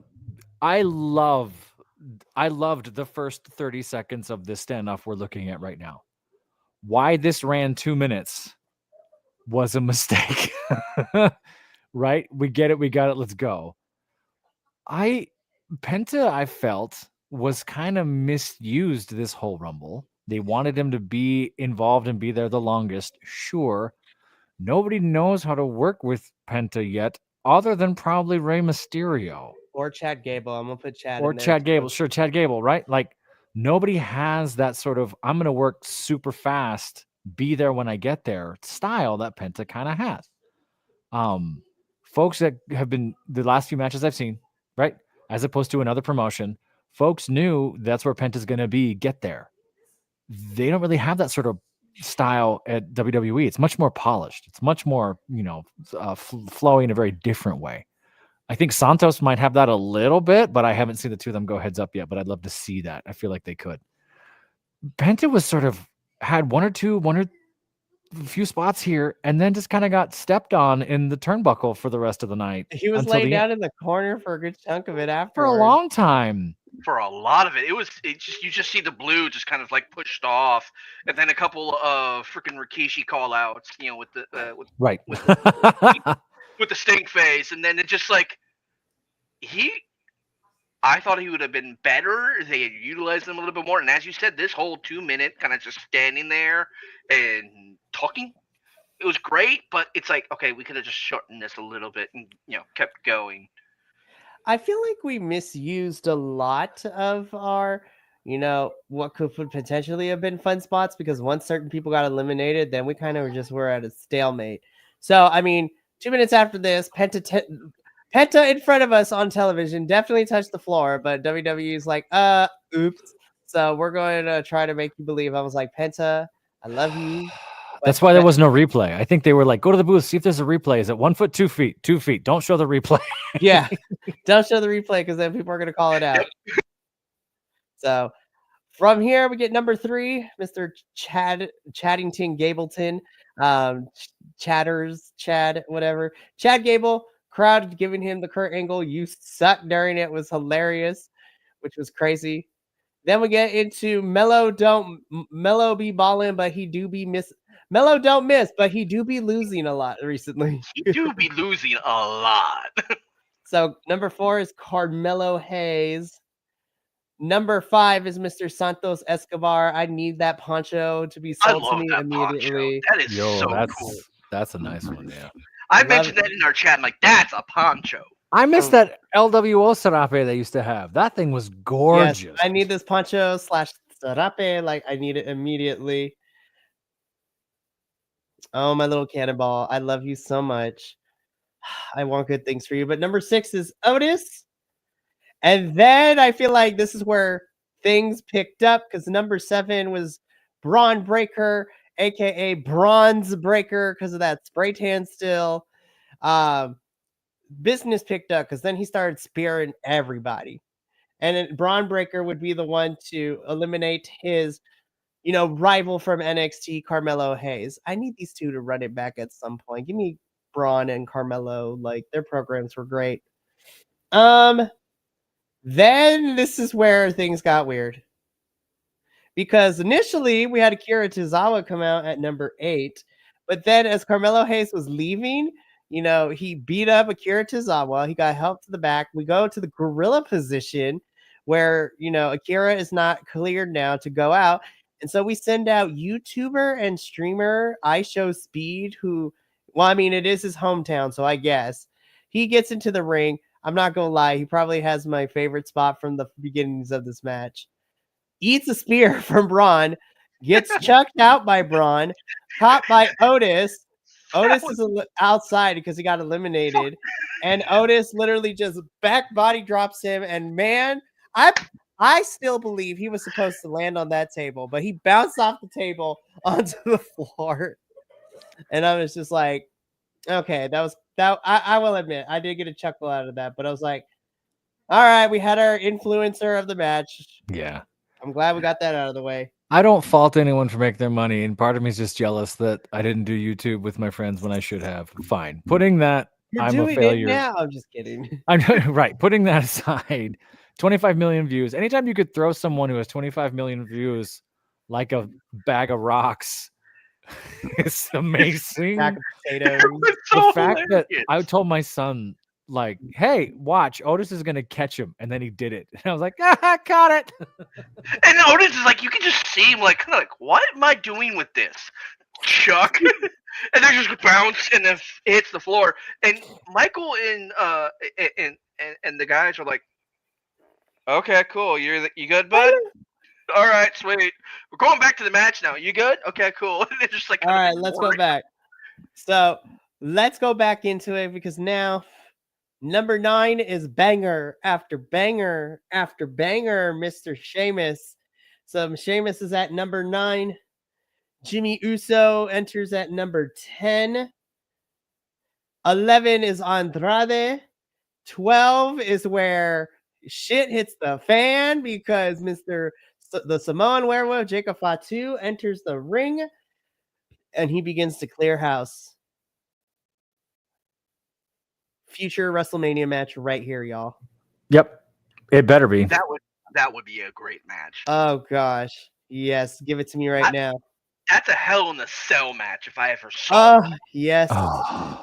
Please, too. like a real Hell in the Cell. Yes. Not this. Give me some Terry. Give me a Bobby Yeah. Lashley like spearing somebody through the cage Hell in a Cell My match. God. Like, yes. Here we go. Ludwig Kaiser is number 13, and as soon as he got into the ring, he was quickly thrown out. He lasted 6 seconds. And did you notice how quickly they went? He didn't break the record. We checked.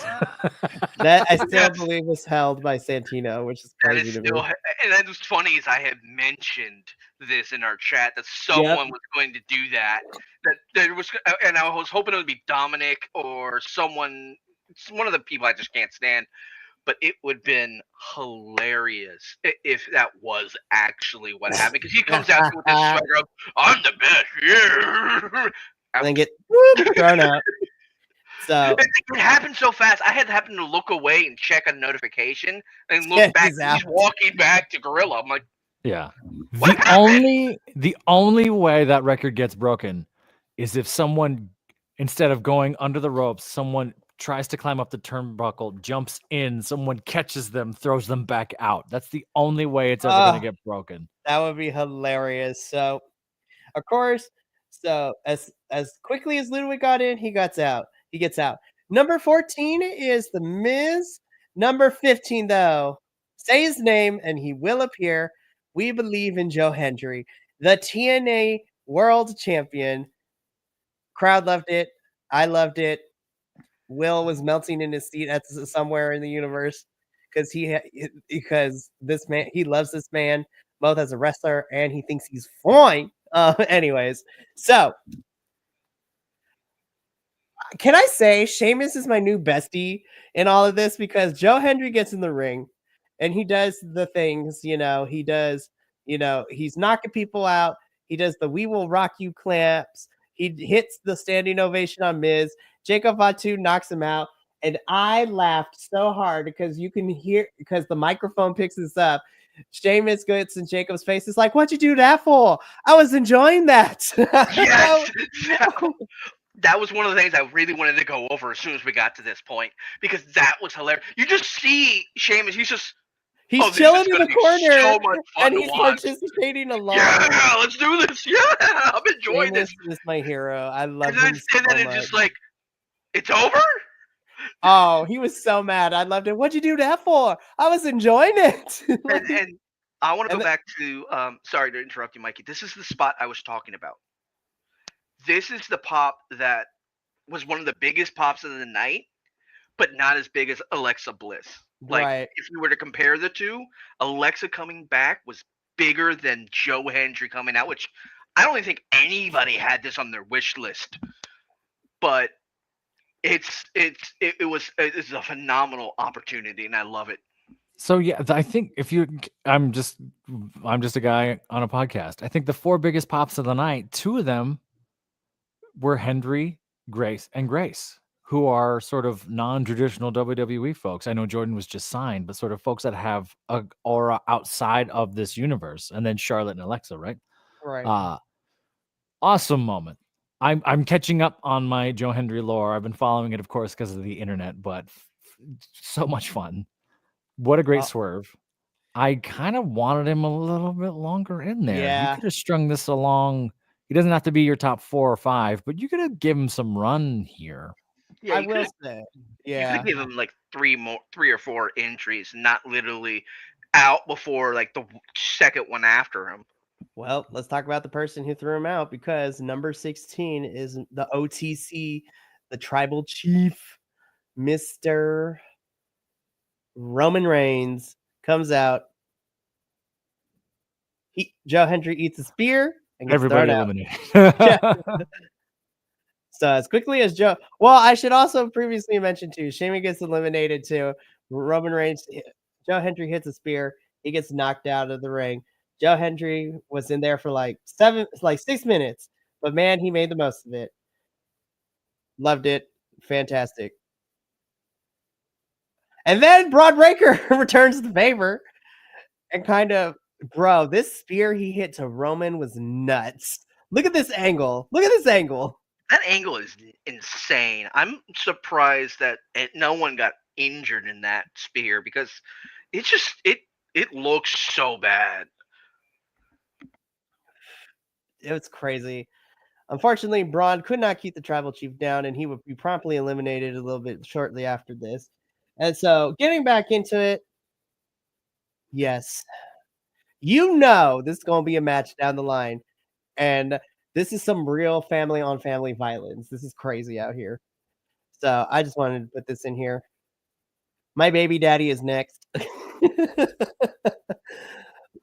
By the way, Drew McIntyre is going to have the best thumbnail for Royal Rumble, period.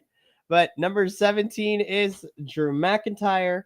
And then to a surprise to me, because I thought he was going to be out longer, number 18 is Finn Balor. Last we saw him, he got decimated in that street fight between him and Damian a couple weeks ago on Raw. So I'm kind of surprised. Also, shout out to the drone being involved in the shot too. The green little dot is the drone. Yes, their drone spots were really hilarious because it's either in the camera or they had really good sweeps that they were doing, and I loved their drone work. But just every so often, hey, I'm gonna be in shot now. The drones for the Royal Rumble were no backlash Puerto Rico because Puerto Rico made those drone shots work and they did not get in the way. I was gonna say I caught it once or twice and I didn't know what I was looking at. I was like, "What the fuck is that?" Oh, that's the At first, I thought especially in this image, I thought it was like dead pixels on the backdrop. Nice. And they turned green, and it's like, oh man, they must have had a short somewhere. And then I saw it wiggle or move, and it's like, oh, it's the drone. What the hell? See, someday they got to get the drone like through the ropes through a match and just see if they could like thread that needle between two wrestlers. That would be amazing. So poor Finn Balor had to share his entrance with the drone, which was funny. Then number 19, we all hail the Sith Lord Shinsuke Nakamura, and which I'm so mad. I wanted him to last longer than he did. This is a former Royal Rumble winner. Yeah. I have an opinion, but I want you to keep going. Keep going. Okay, so I'm gonna keep going. So this was number 19. Number 20 is, well, at this point, then Penta gets eliminated. Again, I like the shade of blue, but I felt so bad because Penta was like laid down in the corner for a good chunk between where he started and where he ended up getting eliminated. It was lots of laying down and him just chilling. I will say, though, this did not air on Raw because it was on social media, and I was mad that it didn't air during the commercial break. But we might be getting Braun versus Penta at Mania, and I'm here for that match. Really? For the IC title. But I digress. Number 20 is Juicy Usi himself. Yes, that is his social media handle, Mr. Jey Uso. Main event Jey Uso, the captain of the Yeet movement. So that's a good time. But then I also got shocked here because number 21, the phenomenal one, AJ Styles. I was like, he is so quickly back. Oh my gosh, I'm so glad he's not out that longer than I thought he was going to be. And I'm glad he also has his old theme song back too. But the phenomenal one, Mr. Soccer Mom haircut himself, AJ Styles is back. Survivor of not one, but 2 home invasion robberies by 2 wrestlers into the last year. Yeah, man. Scrub your address. Jesus. Oh my gosh. Also, he looked in fit in shape. Not like, is he on steroids like he was in his program with LA Knight last year? Right. But I'm happy AJ is back. Number 22 is the monster, Mr. Flabby himself, Braun Strowman. Love him. Fantastic. He ends up being the one to eliminate Jacob Fatu, who then goes on the rampage. He almost hits Paul Heyman with the cover of the table as we see Paul running to the corner in this picture. Damn. So their business is not over with, which I'm kind of here for. But then we get the legendary stretch of the Rumble next. I cried a little bit. But John Cena is number 23. Punk is number 24. Just thumbnail. So the fact that from this point on, there was like 10 Hall of Famers in the ring, right? From here on out. right? Because you have these 6, obviously, and then everything that comes. It's like, oh, these are all. This is the next Hall of Fame for the next. Is my mic going out? Can you still hear me? Yes. Sorry, it's making noises. Hear you. All these Hall of Famers in the ring at one time, and I'm glad that Michael Cole kind of spoke to it. By the way, take this in. This will probably never happen again, right? At least to this degree. So this was a money shot, but then it got crazier because shortly after this, well, I mean before this, did I write it down? No, I have it right. Yeah, 25. You have all these folks. Drew is still in at this point. Juicy Uzi is also running around. But then Seth Rollins comes out. He doesn't take his time to the ring like he normally does. He's just like, I'm about to kill some people. I have vengeance. That he has vengeance written on his face. Then Dominic enters the ring. Right. Mm-hmm. And then he does get to eliminate some folks. So number 27 is the hobo hero himself, Mr. Sami Zayn. Look, Sammy can do no wrong in my eyes. I love Sammy. So at this moment, you have, I just had to freeze this frame. It's John Cena, Drew McIntyre, AJ Styles, Seth, CM Punk, Sami Zayn, and Dom. And I'm missing somebody. Who am I missing? There's somebody else in there. But all of them. Jay is also at. Jay, I'm sorry. All of them, that's 9 Hall of Famers right there. That is a lot of star power right there. Insane. And then it gets even crazier because then Bisexual Undertaker has entered the chat. Again, potential could be potential Hall of Famer as well. Yeah. One thing that kind of disappointed me about his entrance or his entry into this was Finn Balor still wasn't in the match at this time. He'd already been eliminated, and that would have been hilarious just to have him just one more time. Just throw him out. Wait, you broke up really heavy on my end. What'd you say? I just said just one more time, having him have Damian Destiny and throw Finn out.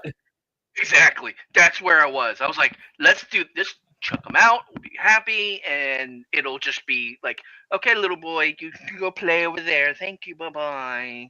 The big boys are playing now, and this is when he entered. It was a great match, and he beat the crap out of Dom a few times. It was.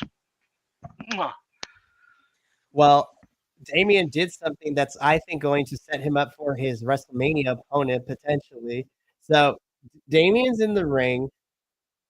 Then we get Mr. L.A. Knight. Yeah, it's looking a little bit darker than usual. So I was like, did you call Braun Breakers Tanner, spray tan person?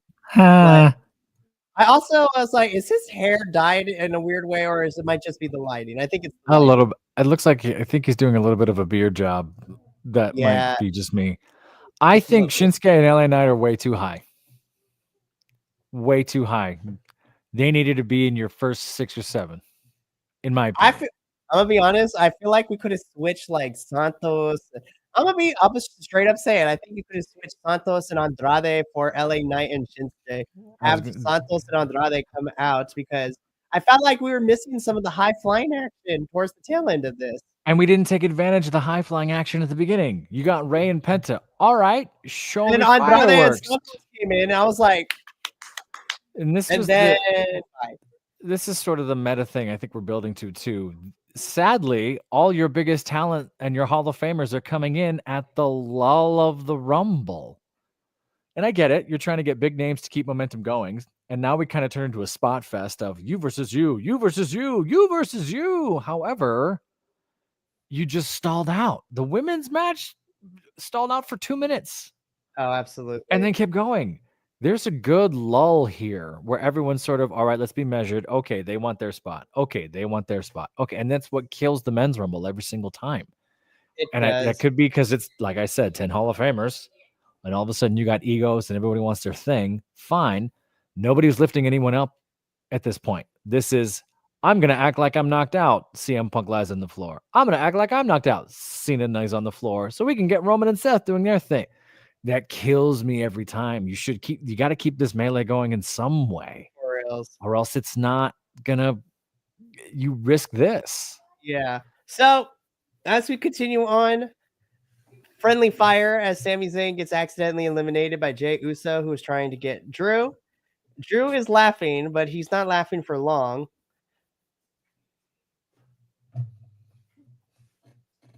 You didn't even say anything. No, okay. Number 30 is Logan Paul, and I was by process of elimination.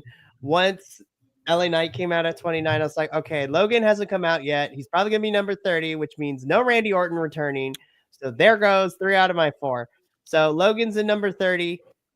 Damian Priest eliminates Drew McIntyre, and Drew has best thumbnail picture of the night. Yeah, he's gonna be memed forever. Memed forever.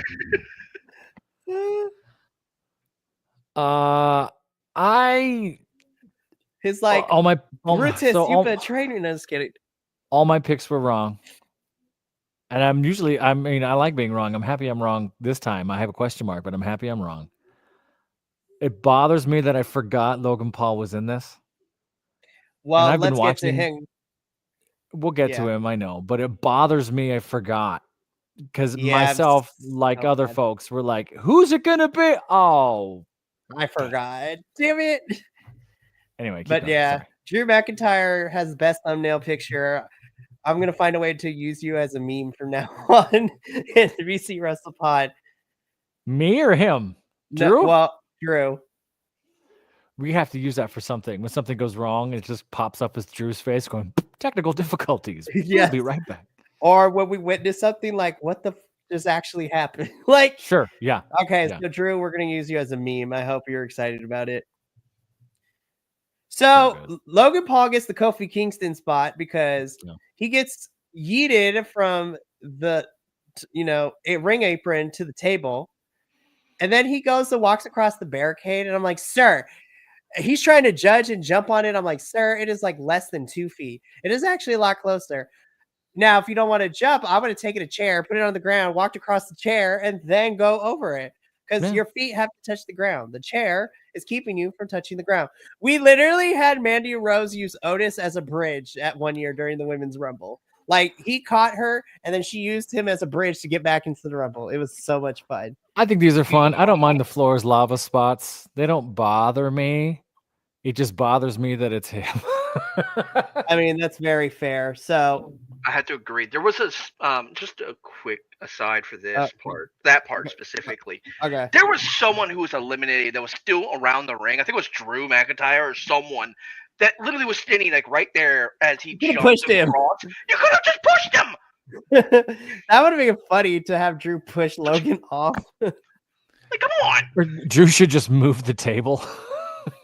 It would have been hilarious. He goes jump, just moves the stairs. He just lands. Like, it would have been a lot Or better.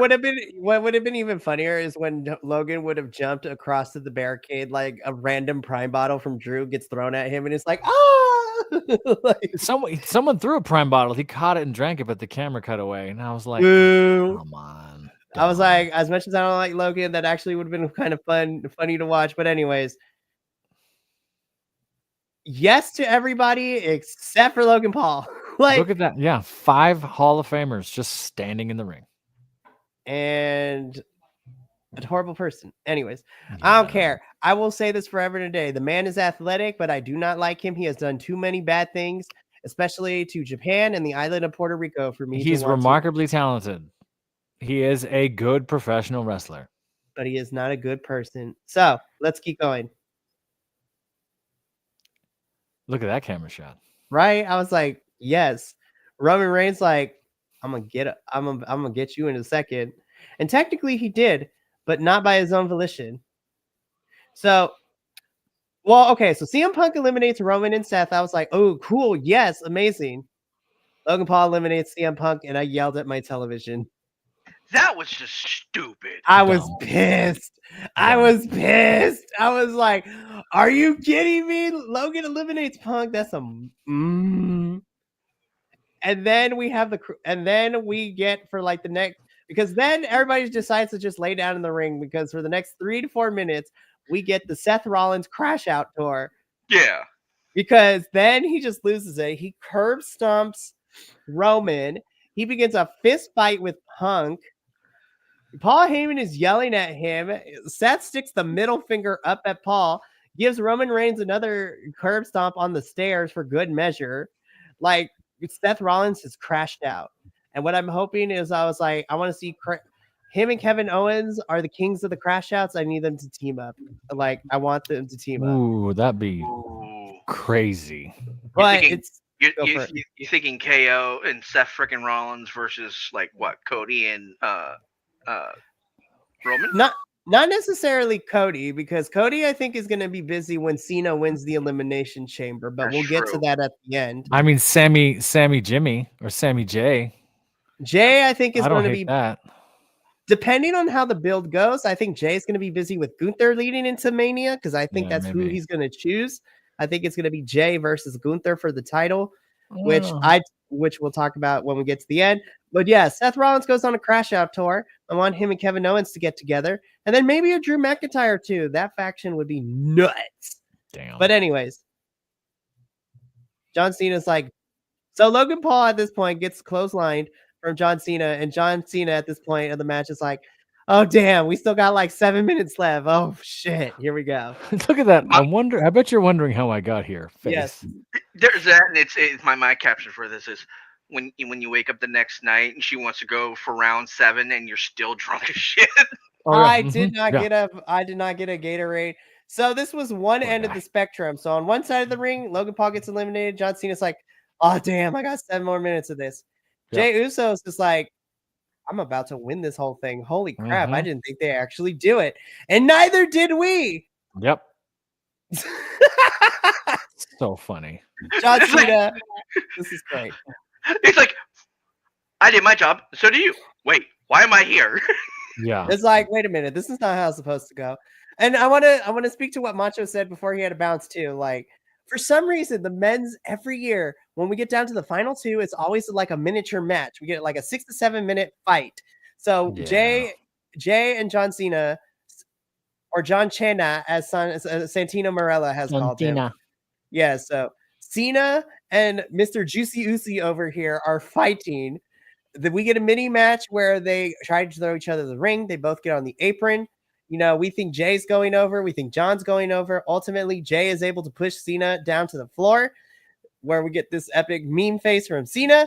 And to my pleasant surprise, our 2025 Men's Royal Rumble winner is Mr. Juicy Uzi himself, Jay Uso, who is your 2025 Men's Royal Rumble winner.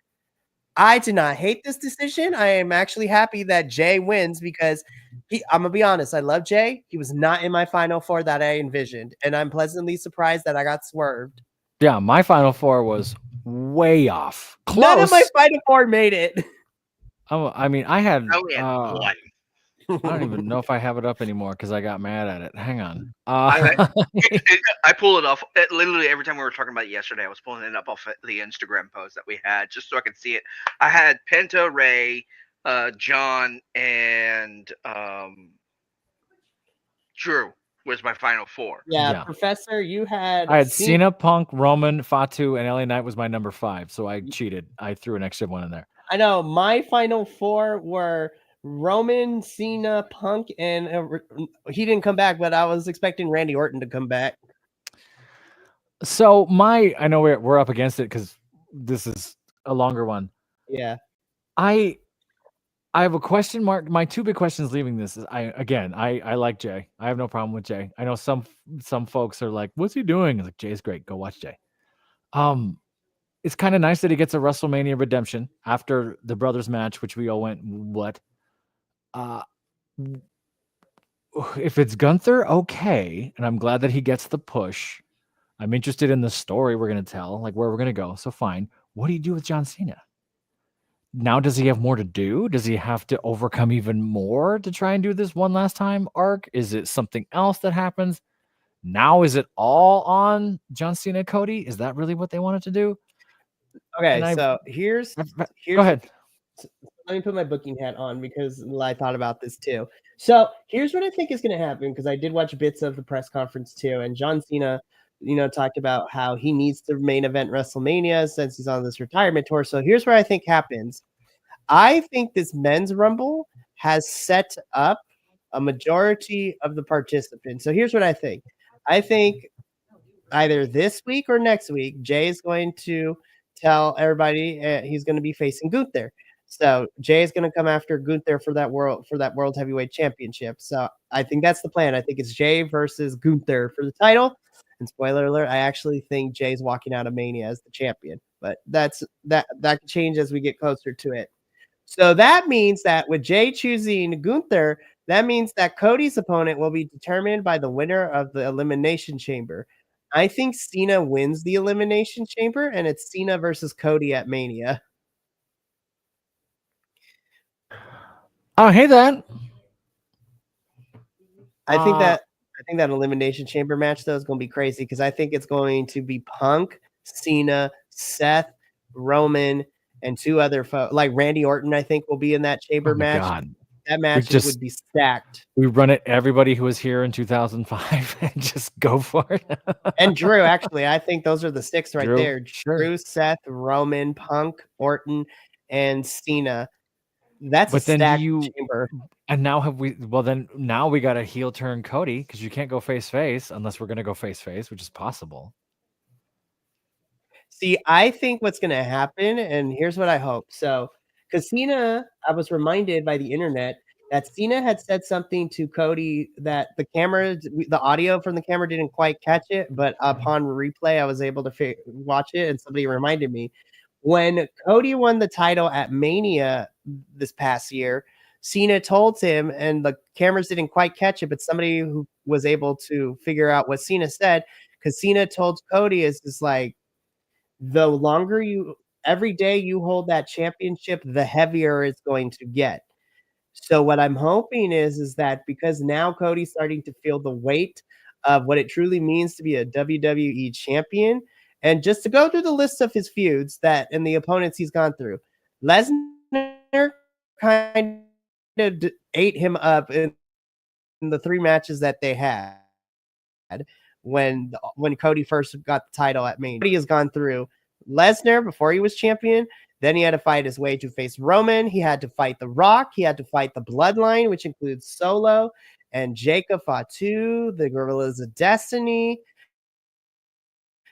So I think Cena is going to truly put Cody through the paces, because what better way to see if you can truly hold the weight of that championship by fighting somebody who has been doing that for 20 plus years in this company.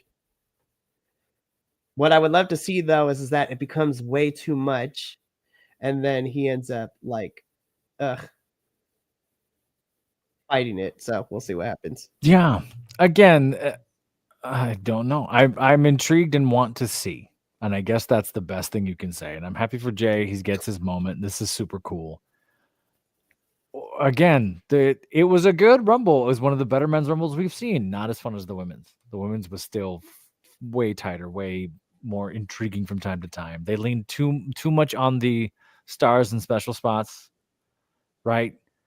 I think the pops for the men's are because we know their music, whereas with the women's, we don't, because all of it's just generic, whatever. And there's a few other superstars that's kind of a lull with that entrance and that thing. I think you're right. I mean, booking-wise, we'll see. But again, don't forget The Rock's out there. The Rock wants what The Rock wants. Like, there's some audibles and stuff out there that Triple H can change anytime. And again, we always wax poetic here, and the stuff that we come up with is fun to us. And if it makes sense, they're not going to do it. So it's hard to get married to anything. Alrighty. So really quickly before we do go, wrong one. There we go. Alrighty. So have you seen Braun Strowman get mad at Finn Balor? I haven't heard or seen any reports about that, though there is a current report out, and this is kind of in the same vein, that Drew McIntyre was mad backstage because apparently because according to reports, and this is Dave Meltzer, so I take it with a grain of salt. So anyways, so the whole thing is that Drew got mad because apparently he got eliminated earlier than he was supposed to, and then he was yelling that somebody was caring more about getting their spots in than telling stories in the ring. I personally think it's a work, because I think Drew is not really mad at this. and we're going to see him get crazier and crazier as we get closer to Mania. Though I did not see anything about Braun Strowman getting mad at Finn Balor, because I mean they've worked together before, and so it's not the crazy spot. And if I remember correctly, didn't Finn get eliminated before Braun was ever got into the ring? I don't know. Yeah, I think he was gone before Braun got in. So, so I will think see. so. Yeah. I'm gonna. So if I am wrong, please correct me in the comments, whether live or later down the road, and I appreciate it. But that does bring us to the end of the Rumble. God, this was a 2-hour review. I try not to make it, but we have the Rumble is always going to be the longest because it's like 2 hour-and-a-half matches for the Rumbles, and then we had the 2 championship matches. Overall, I enjoyed my time with the Rumble. Yeah. But now, and we do seem to have some direction of where we're going for WrestleMania. So the final stop is ultimately going to be Elimination Chamber to see who is going to earn the right to face the other champion. But if this is that Elimination Chamber that you mentioned, and it's just here's 6 Hall of Famers, have at it. That's going to be wild. And not to mention, we also have a women's chamber too to see who's going to fight. Right, sure. So here's my predictions, even though it's way too early to tell, because I think the next couple of weeks we're going to have qualifiers for the chamber to see who goes there to Toronto, Ontario, Canada. Anyways, so I think Cena wins the men's Rumble and he's going to go against Cody. And I'm pretty sure Charlotte's going to pick Tiffany since being the Rumble winner. That's the match we want to see. Sure. My winner for the women's Rumble, I think it's going to be Io, and Io versus Rhea will be at WrestleMania. You mean Elimination Chamber? No, Io will win the Elimination Chamber for the women and fight, and will go on to fight Rhea Ripley for her championship at Mania. You said Rumble, and I went, wait, we just did the Rumble. What? Sorry. Io wins the Elimination Chamber, and it's her versus Rhea at Las Vegas for WrestleMania. That would be... That match would tear the roof off. Well, there is no roof at the Vegas stadium, but you know what I mean. That's fair. Yeah. Yeah. No, and we'll see. And then, of course, it's always injuries, right? Let's see what the fallout from this thing is the next year. Getting hurt and injured, because that always derails WrestleMania plans, as we have seen in the past. So I would like to thank the Professor and Kilt and Macho for being here for this 2-hour review. We promise that the next WWE pay-per-view review will not be as long. Mini ladder. So this is going to be, because of the long review, this is going to be an easier week on BC WrestlePod. There is no AEW review this week, but we will be back as we get ever so closer to Grand Slam Australia, as their big special show. On Wednesday, we will have NXT and CMLL. On Friday, myself, hopefully Andrew, and Will be doing a watch along for our first ever Defy Wrestling event. That card is going to be stacked because it has a couple of folks we're used to. We get the return of the hometown heroes for Strickland, Kenta, and Ricky Starks will be fighting for the Defy World Championship. We're getting a ladder match for the Tag Team Championship between Sinner and Saint and Los Desperados. You know, our favorite ref from AEW, Miss Aubrey Edwards, will be in there as a ref. We will have Marina Shafir defend her women's championship. So that is a match I'm really excited for. And of course, somehow we found a way to get Mr. Paul Walter Hausen, actor turned wrestler, to be fighting in this. It's going to be a great time. We're going to have a good fun. And then, of course, this Saturday, me and Adolfo will be doing our next MLW watch along for Super Fight 6, which is going to be excited. And then we're going to wrap things up with Sunday with the WWE crew reviewing, the post Rumble, Raw, and SmackDown. So it's going to be a fun week. But we got to get up on out of here. So thank you so much for tuning in. Make sure to follow us all over the social medias at BC WrestlePod. Like and subscribe on YouTube and follow us on Twitch. Also buy some merch. Of course, the rest of the BC WrestlePod family. Remember, take care of yourself, love one another, stay Bi-Conic, and more importantly than anything, you always deserve to finish your story. We'll catch you on the flip side. But until then, sayonara, adios, and Attack of the Mini Ladder. We'll see Wait, you what? later. Ladder. What?